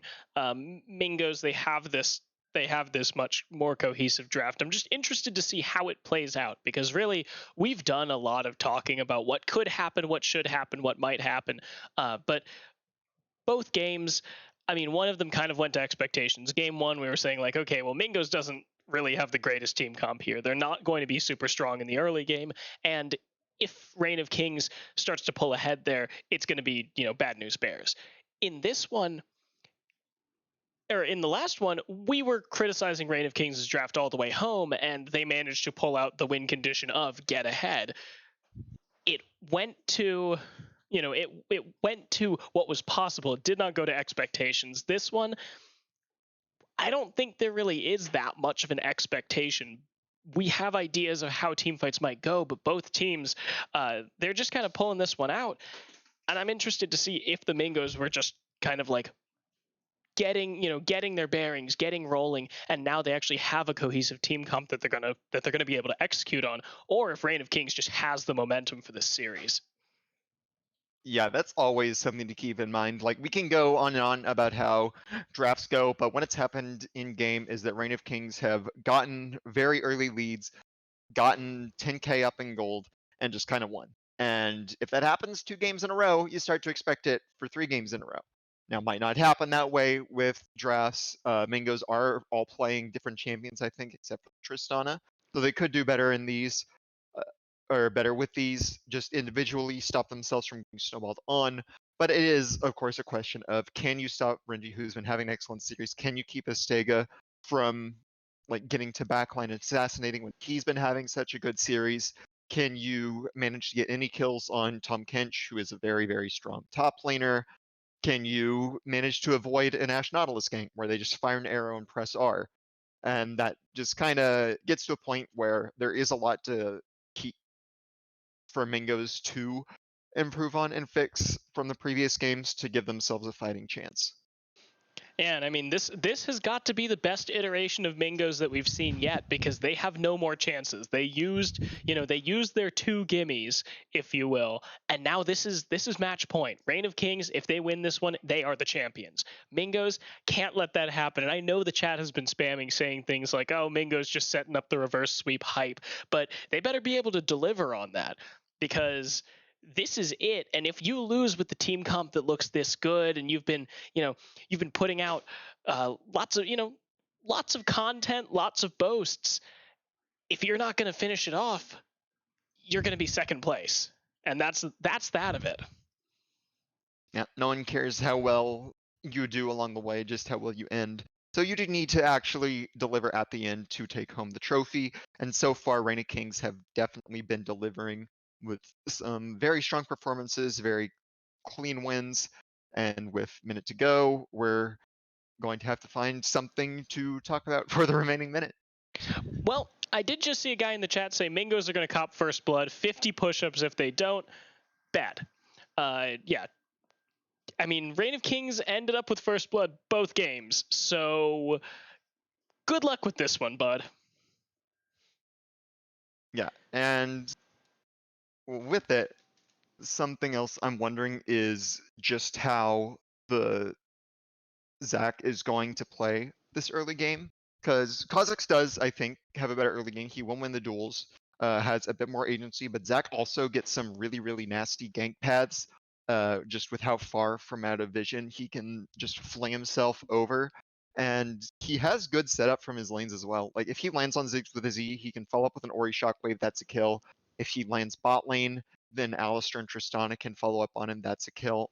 So he does have very good options for getting extra kills for his team, getting in the lead, but it will depend a lot on how well he can avoid like the early problems of Zach when Kings also have like good pushing champions to get control in the Zach's jungle.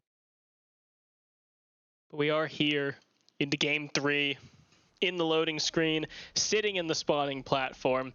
It is do or die here for the Glacial Mingos as they load in to their 3rd game against Reign of Kings, who are on the blue side.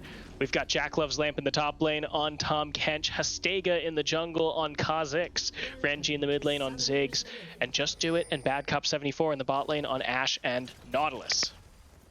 And I'm gonna hold off for now on my intro because we might be seeing a 5-for-5 in the bot lane already. That was another sus hook. We're seeing one. Nathaniel Lanier immediately needs to flash out. Unfortunately, no kill here just yet, but little damage over the wall. But Reign of Kings, no, they have an advantage already. Jack Love's Lamp is going to be a flash up on his lane opponent. Yeah, almost had to cash in on your bet for 50 push-ups early with already an almost first blood going down. Having to flash away from laner does manage to get a ward in on the blue side from Mingos, which is a chance for me now that the action is over to introduce them on the red side with their backs against the wall is the Glacial Mingos with Nathaniel Lanier in the top lane playing Set, Adam Suki playing Zac in the jungle, Raleigh taking Orianna mid, and Chandler Clark and Gabe Kochki with Tristana Alistair bot. Yeah, we've got the buffs spawning, and you were talking about Zac's interesting gank pathing. I myself am a bit of a Zac player, so I love to just get those gank, those crazy out of nowhere ganks from the wrong wall or whatever. I'm interested to see if Adam Suki, where he decides to focus his efforts. He's got he's got Jack Love's Lamp, who isn't exactly mobile. He does have the one reposition, but Renji has only the W. I guess, yeah, both solo laners have the W, but one of them's a little better for actually getting away and pushing away a Zac.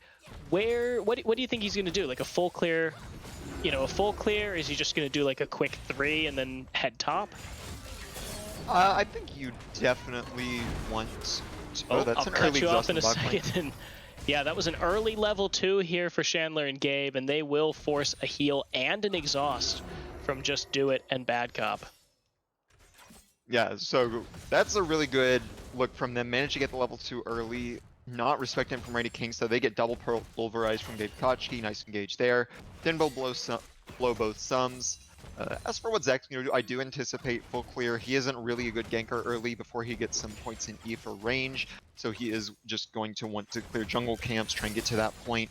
As we do see Kha'Zix hovering in Try. They have to have some idea. I'm wondering if they actually knew if it was just a guess, but Nathaniel Lanier was playing far back enough that he knew Kha'Zix was in the area, but now he's walking back up, and Kha'Zix still hasn't left the area. Yeah, and he may get knocked up. It looks like Kha'Zix is running in, but here comes Gabe and Bad Cop. Bad Cop knocked up. He has the flash available. Nathaniel lives with about 150 health here. Didn't have the flash, but didn't need it, baby. Yeah, but that is still a good gank from Histega, as you are chunking the set out completely while the wave is frozen on enemy side. So now he's forced to TP back, and now Kha'Zix is just kind of walking back up to the area. They could look for him again. Does mean that Kha'Zix is falling way far behind, losing Scuttle, but he is just used his W, and there's the Kha'Zix. Yeah, Kha'Zix is here. The knockup will not go through, but I don't think it needs to. Nathaniel will be taken down for first blood. Looks like the prophet in the chat was right. Mingos for the first blood. Wait, no, Reign of Kings for the first blood. Start doing your push-ups. Damn, man. Yeah, get those push-ups going, as that's a hook on the bot lane. Took a tower shot. Okay, but that's kind of the nightmare as a top laner. You burn your flash early from a kind of weird level 1. I do think it was his fault because the team went up, so he was just kind of standing in lane. And then after that, jungler comes top, forces you really low. You have to back. Then you're like, okay, I've been chunked. Then you're forced to TP. Wall wave is frozen. Try to fight, and then jungler is just there again. And so you can see in CS numbers 27-9. We'll be able to pick up the wave that just got crashed to try and even it up. But that is just such a rough spot to be in from the set. Like, you can kind of fight Tom in the early levels before he has like the shield and the gray health, but now that's completely screwed. You are done with your lane. Kha'Zix also getting the first blood means he's on his way to start snowballing, look for some 1v1s, and just a really strong start for Reign of Kings to try and close this series out with the full sweep. Yeah, not to mention, okay, Adam Suki, he keeps debating me. He's been bot side, he took that Scuttle Crab, but he's been sitting around by Renji. Renji, however, has been playing quite safe here, and now Histega's here. Rally taking a lot of damage, the flash forward. Oh, is it gonna hit? Bomb! Rally gonna go down. Renji with the bomb from downtown. Really nicely aimed from Renji, and another really good gank from Histega. He has been having a very, very good series and already starting off strong in this game.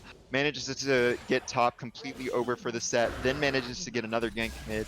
Is falling that far behind in farm, and because of the bot pressure from Chandler Clark and Gabe Kochki, who have also been doing well in lane, they do manage to pick up an early dragon, which is very nice for a late scaling comp to stop the other team from getting that really early Dragon Soul win condition to force you to fight them. So getting that out the way early, preventing them from taking it. Cloud is also pretty nice for like when you're just having ults to maybe get a few extra kills off in lane, especially for something like Ziggs, who throws his pretty often.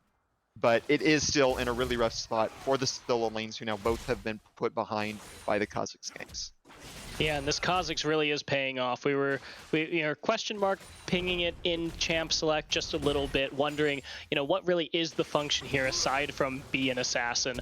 But Histega, he's had a pretty good time on assassins, and that's going to be the ultimate interrupted here. Oh no! And Jack with the solo kill onto Nathaniel Lanier. Yeah, he saw it coming, flashes away, but Tom Kent is already sick, so he just kind of flashes, follows, eats him, spits him back out, and gets another kill in topside. That's another wave that he's missing to tower. Might be a plate as well, as Tom Kent should have the demolish with the grass rune. Zach is in the area, might be able to stop it from going down, but actually, I guess he doesn't have demolish going back to top lane. Still might get a play, but does take aggro from the Zach. Yeah, it looks like he will be fighting Adam Suki instead. Doesn't have anti-healing just yet, which is going to be important against the Alistar and Zac, and, and Set for that matter. So hopefully Jack does grab an early Bramble Vest here. However, he is doing quite well. Still 15 CS up on his lane opponent. Meanwhile, everyone else, Histega has pretty much equalized that CS differential. He took some time to himself, farmed up, and now is so generously donating his opponent's blue buff to his mid laner. Yeah, and oh, that's not a place you can face check. Yeah, and Gabe Kochki doesn't have the ultimate, so he will have to flash out, lest he risk dying. Chandler Clark, I could feel him thinking about it, but he does not go in. Yeah, and nice response from Histega. Saw Adam Suki save the plate top lane, but showing himself means that his bot side of the jungle gets cleared by the Kha'Zix. Really nice for Ziggs to get a blue too. He can just perma push in that mid lane, look for all the pressure he wants with the extra mana, and still has his own if he wants it later, or Kha'Zix just use it to get back ahead of farm himself. So nice response from Reign of Kings to the Zac showing top side. Still, of course, a Doom lane for the set. The wave is now frozen against him. Jack has got a field day pretty much, as Adam Suki's looking for the gank, but he's rooted onto tower. Yeah, and Adam Suki's in trouble. The teleport's coming in from Jack Love's Lamp. Nathaniel Lanier will not be able to interrupt it, so here comes Jack. He's going to get the knock up, and he will donate the kill to Renji. Renji takes the kill onto Gabe Kochki, and now here comes Bad Cop, and that's Histega popping the Zac passive. Chandler Clark will get away, but it's still a 2-0 for the Reign of Kings as Renji picks himself up a double kill. Yeah, third verse, same as the first two in this game, as they're now just forcing the Tristana completely off the wave. Renji with a really nice TP, I like that. Stop Set from even getting the crush under towers. That's a bit too far up, Chandler. Yeah, Chandler, you're not doing very well. Just do it. We'll flash the wall in return and just burn him down. Chandler Clark loses his life for the first time this game. Yeah, and just such a good job from Reign of Kings not putting up the pressure, and we see the cracks starting to form in Glacial Mingos. They see they're falling behind, they know what happened the other two games, so they think they have to do something to get back in it. Even when they don't, they have a good late game scaling comp. They could play it more safe. Even if top lane's down, Tom Kinch isn't the most scaling champ in the game, and Set does scale decently for himself, so you might be able to pull it back later. Instead, they force a play. Jack still had his TP up because of how well he'd been doing topside. He gets to go down from the counter. Renji roams as well. Then TP's top so that Nathaniel Lanier doesn't even get to crash the wave for a free plate. Kha'Zix able to run back mid to stop Ori from crashing the wave, so not even getting anything from Mingos, and is now a 3k gold lead at 10 minutes for a team who only needs to win this game to finish the series. Yeah, I think we've seen this game before, and it's the previous two games in this series, so now Nathaniel Lanier has gotten a couple of CS back. You know, he's only one wave down essentially, but he is now teleporting into the top lane where Jack Love's Lamp is here to knock him up. He does not have Grievous Wounds, keep in mind, and now Adam Suki is here. That's two big beefy boys. Here comes the Suppress, the Root, and Nathaniel will just pull him back, dunk him down. Jack Love's Lamp in a lot of trouble. Nathaniel with the kill. Finally getting something back for the Mingos. Yeah, that is something that you have to watch out for when you're getting this far ahead from Reigning Kings, especially on something like Tahm Kench where you're almost unkillable, is you get the feeling you can just do anything you want, as that's pretty bad pathing. Yeah, that Ash Nautilus, ladies and gentlemen, Ash Nautilus. And yeah, Kochki also in trouble. Oh, that was a hook. He has ult, so he's fine, but that was just some really sus pathing. Chandler Clark going one way around the wall, but Gabe Kochki not sticking around to cover him. So you had both champions going completely opposite ways. That's a nice bounce into the minions. Zach is in the area. Nice flash. Ooh. Yeah, good flash away. Renji just used that Mega Inferno Bomb, so he will not be able to complete the kill onto Rally. However, gives his team just enough time to take down this Ocean Drake. Not that they really needed that much more time. Chandler Clark has just returned to lane, and here is a Mountain Soul. With a couple of squishies on the side of Reign of Kings, they definitely want to take these away from the beefier boys of the side of the Mingos. But considering the current map state and just the amount of power and threat that the Reign of Kings are putting up here, I don't think they will. I don't think they'll knowingly let one of these Drakes get away. Yeah, honestly, Mountain would be really good for both teams with how it's set up, with bruisers in the front line, kind of less damage and the negative poke.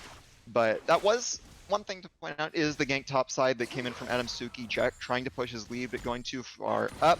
And now you see actually that Nathaniel Lanier is within 500 gold of the Tahm Kench, not nearly as far behind as he once was. Of course, still probably won't be able to fight him, but he won't just get completely dominated in lane now, hopefully, to try and give at least one strong point. Meanwhile, we do see the Rift Herald being dropped from Astega that they managed to pick up mid. Always good to do this when you have a Ziggs, as you get basically a free full tower with that and Satchel through really, really early. I think it needs to be about 1,500 or like even 1,300. So it doesn't quite get the full tower with that, but it is still nice to get it within the ballpark. Oh, the flash ult back, the insect here from Nathaniel Lanier, but Jack Love's Lamp, he's got a chomp of his own, and he will pull Nathaniel in. That's a lot of damage, a lot of healing, but one more auto should do it. Jack with the solo kill. Renji gonna jump over the wall. Adam cannot get the auto attack on anything. Renji's gonna get pulled back, but Hastega trying to come to the rescue. The ultimate, the Mega Inferno Bomb coming through. There's a lot of damage, and Hastega will get the kill. Renji now, his mid laner is left, the shutdown onto the Zac, but that will be a double kill here for the Kazakhs. Yeah, I said that Nathaniel Lanier might do a bit better in the 1v1, but you do still lose it to the Tahm Kench, especially when he has Mythic done and you don't. Thought he could yeet him into tower, maybe pick up a kill there. Couldn't, goes down. Meanwhile, mid lane and bot lane as well. Alistar has ult, so it's fine. But mid lane, they're trying to get something on Renji, but Hastega in the area once again, able to pick it up. One interesting thing to note is that he did go with Extendo Claws Kazakhs. Most of the time, you don't go with that. It is less reliable to find an ISO target. Ult is usually a good option for the ability to just be more sticky and hard to pin down in team fights, or the W for better poke and slows, but decided to go with Extendo Claws. He is the carry this game with his own Gore Drink for Mythic done, as they get mid tower low enough for Ziggs to walk up and blow it over with a stiff breeze. And Nathaniel Lanier is probably dead once again. Yeah, Hastega's here. They're going to get some damage on them from that Haymaker, but Hastega with his 4th kill of the game now. There we go. First tower going over to Renji. Rally's going to give him some parting blows, but the damage has been done. Yeah, and now we're just seeing the gold lead keep extending. 6k now for Reigning Kings at almost 15 minutes. It is just basically the same 3 games all the series. Of being able to do a better job of getting the early kills. Mingos trying to force plays when they can't and getting punished for it. Now top lane is going to get very low. I doubt it will go down in time unless Jack really, really wants to force it, but he might very well decide to do so, as when Nathaniel Lanier gets back, he already has the Kazakhs behind him. So it's not like he can walk up to wave. Yep, Hastega gets pulled in a little bit, but yeah, the turret will go down. 2-0 now in turrets, a 6,500 gold lead here for Reign of Kings. And now Adam Suki, I mean, he's trying something in the bot lane, but it's just going to tickle Bad Cop on the way out. Yeah, and now top lane's down, so that means there's only one outer tower as Dragon is coming up. So you know for 100% fact that Reign of Kings will probably be sitting all 5 bot side sometime pretty soon, and there is jack squat you can do about it. From the Mingos, you do not have mythics completed. Reign of Kings very, very much do. In fact, they're almost on 2 items for a lot of their champions. That's pretty rough to deal with when you're trying to scrounge together some loose change from the piggy bank to even pick up 1. And you can't really afford to give these dragons up because it is putting you on a timer, and it's hard to cut through mountain when you're behind and don't have the items you need. But it's even harder to win a fight at this point. So they're just in a really rough spot, and I think it's damned if you do, very damned if you don't. Yeah, Nathaniel Lanier is here. He will miss the face breaker, but Adam Suki coming in from downtown. Bad Cop will flash away, but here comes the ultimate in from Ash.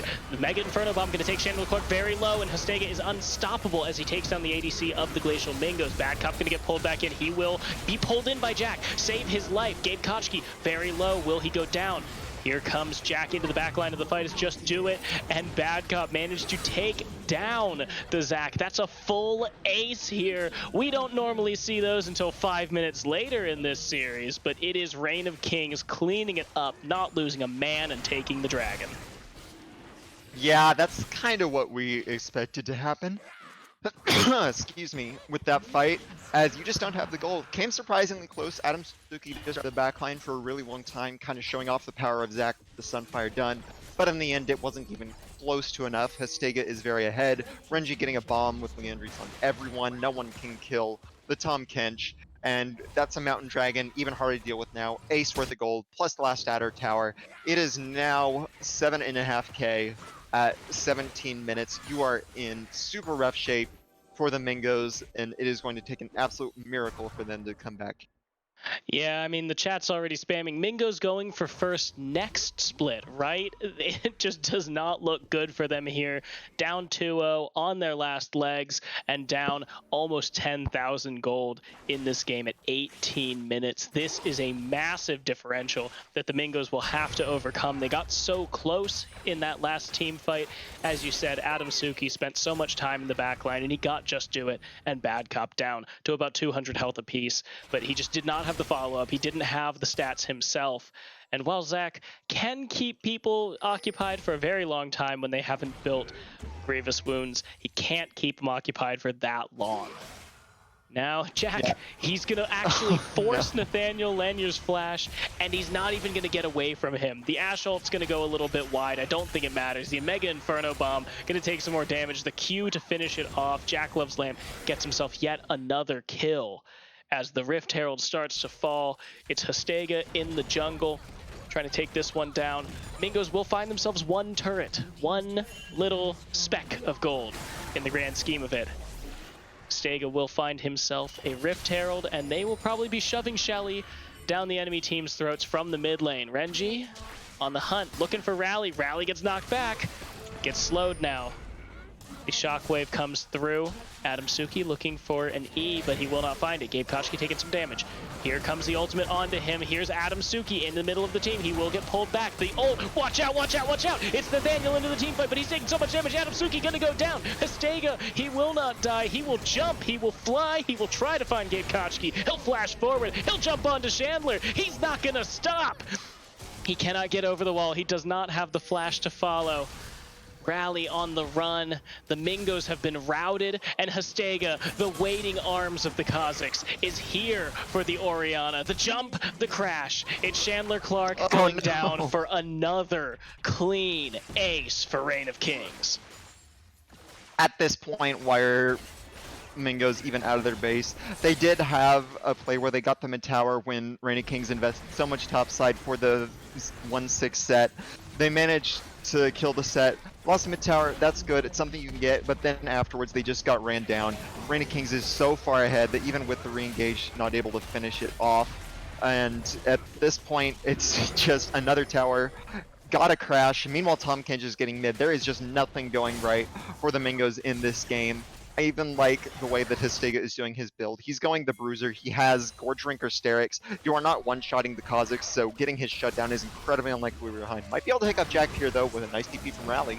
Yeah, Rally, good TP in, and Jack will finally lose his life. However, the shutdown does go to the Zac. Unfortunate that the benefactor of the 650 and 600 gold shutdowns has been the Zac.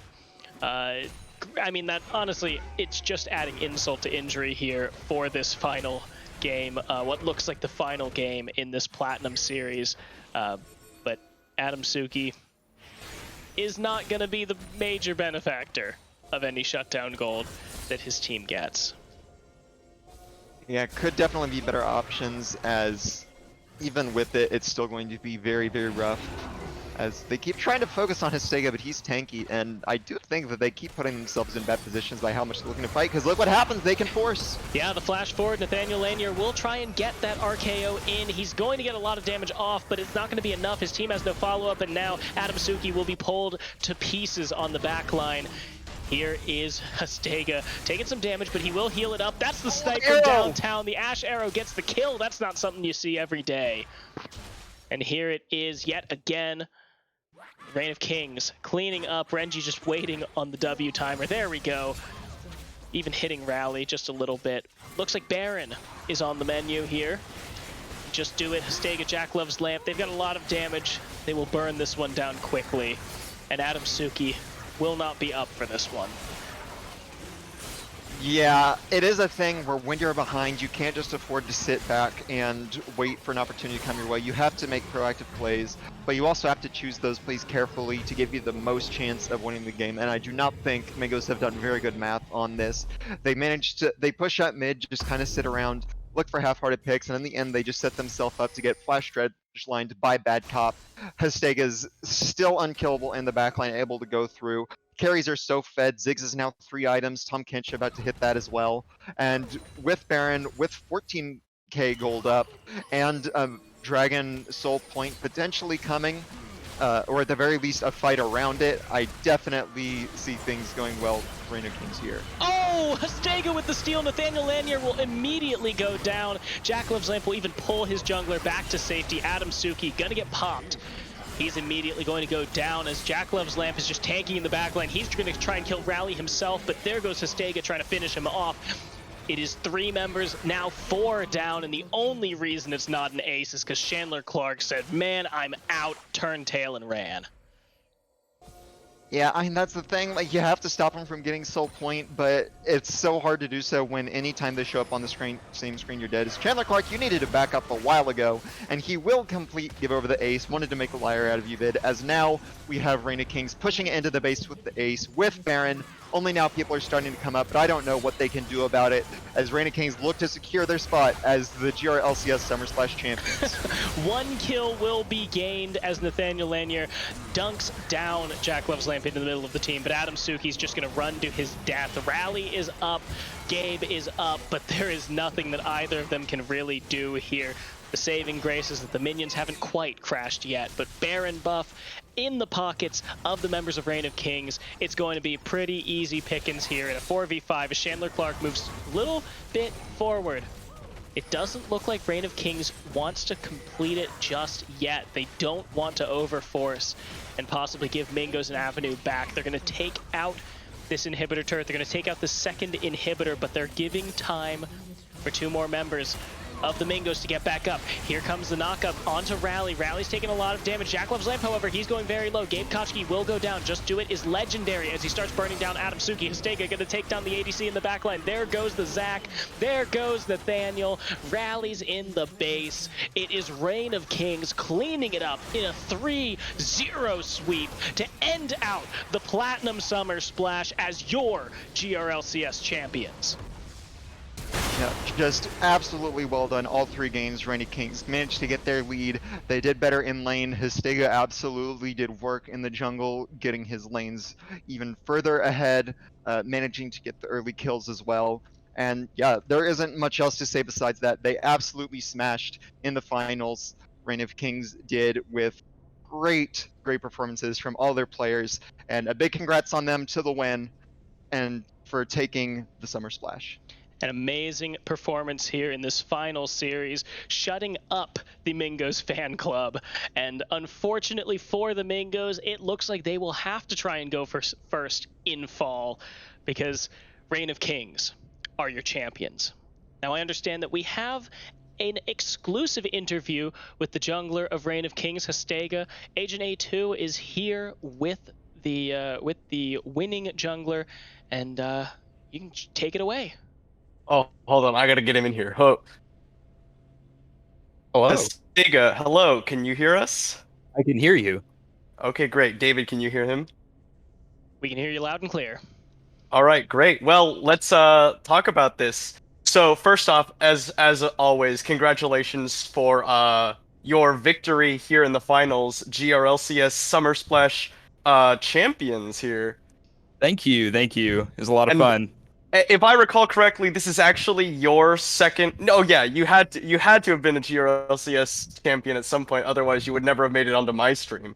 Yeah, we won Diamond Capped 3 or 4 years ago, and now we're in Plat Capped with the rest of the ex Diamond players. So, Well, regardless, congratulations. We're very happy to see you here. Let's talk about that series because it was a 3-0 and it was very convincing in basically every single of those 3 games. Were you like did you feel like you had prepped really well for this series why do you think it went so well your way? well, honestly, last night against AOECC, we had a couple things working against us in that we're all like old and go to sleep early. So we also had a mental block against them a little bit. At least I did. I don't think anyone else on my team would say that, but they're the only team that beat us last season in regular split. So going into today, it was kind of like unleashed power. At least for that's how I felt, and I think several of my teammates were more confident into Mingos than AOECC just because we had beat them before, and we scrimmed them a few weeks before playoffs, and so we kind of knew what they prioritized, and they knew what we prioritized, and it was a battle of who could get Kench, and we won that battle more times. So. Well, you even won the game where the Glacial Mingos picked up the Tom Kench. You guys pulled out the Heimerdinger. Now, I of course I know, having played with him a lot and having been involved with GRLCS for a long time, that Jack Loves Lamp is a Heimerdinger player. Was that something that you had specifically prepared to answer the Tom Kench, or was that sort of on the fly in Champion Select? No, we knew that they would pick Tom Kench, and we knew we were going to pick Heimer into it anytime they did, because it's really hard for the Kench to play the game, and it worked out. Obviously, Jack's an amazing Heimerdinger player, as you know. Yeah. And I guess the next I'd like to ask you, because it is very curious, and you previously about last series against AoE crowd control. You said maybe there was a mental block, maybe you guys were just tired, who knows, but that was a very, very close series. Were you at all, not you specifically, but like, was your team at all panicked going into the later games when, things were not looking so great? AoE crowd control took game 1, and then they almost took the series when it went to 5. Yeah, we felt like we were. I was never really scared. In fact, the when we second picked Fiddlesticks, that was kind of like a cocky. Like I was like, oh, we're just gonna win here. Like let's just pick whatever we want. And obviously that didn't work out great for us off of some early game misplays. Going into game 5, I told the team like it looks like we're playing sleepy because most of us were sleepy. So Garrison, bad cop, he started doing some push-ups. I was walking around. I told Renji and just do it to walk around. So we went to game 5 with a little more gusto, and I think that was pretty apparent. It was a lot cleaner. Yeah, for sure. Well, last night's series went 5 hours. Today's series went 2.5 for you guys. So obviously something went well for you today. I want to ask, as before we head out here, what is the future for Reign of Kings as an organization? Are you planning on trying to defend your title come fall? Are you planning on changing divisions? Are you planning on adding more teams to your organization to have Reign of Kings Gold, Platinum, Diamond, etc.? What are your thoughts there? I would really like to have a three division Reign of Kings, Gold, Plat, Diamond, and I would like to keep this entire roster the same. That may not be possible because of prior commitments, but I'm going to try my best to keep this team together and run it back in Plat Capped, and then hopefully get someone that wants to lead a Gold team under Reign of Kings, and maybe someone that wants to lead a Diamond team.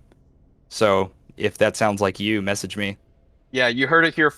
You heard it here first, folks. Anyone who's watching this post-game interview, hit up Hestega on Discord to join the now prestigious 2 GRLCS championship holding organization Reign of Kings.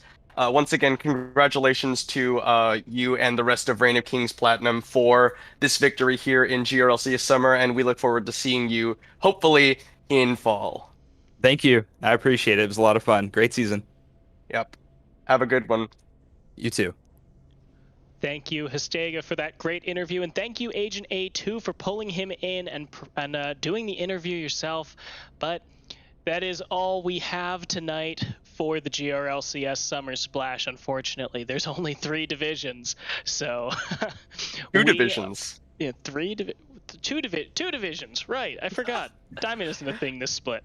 Well, it's late, and as Hestega said, some of us are old men who like to go to bed at an ungodly hour. So this has been Vid, joined by General Vici to cast this series. Special shout out to Agent A2 for the interview, but thank you everybody. This has been the conclusion of the Summer Splash, and stay tuned because fall is right around the corner. Good night.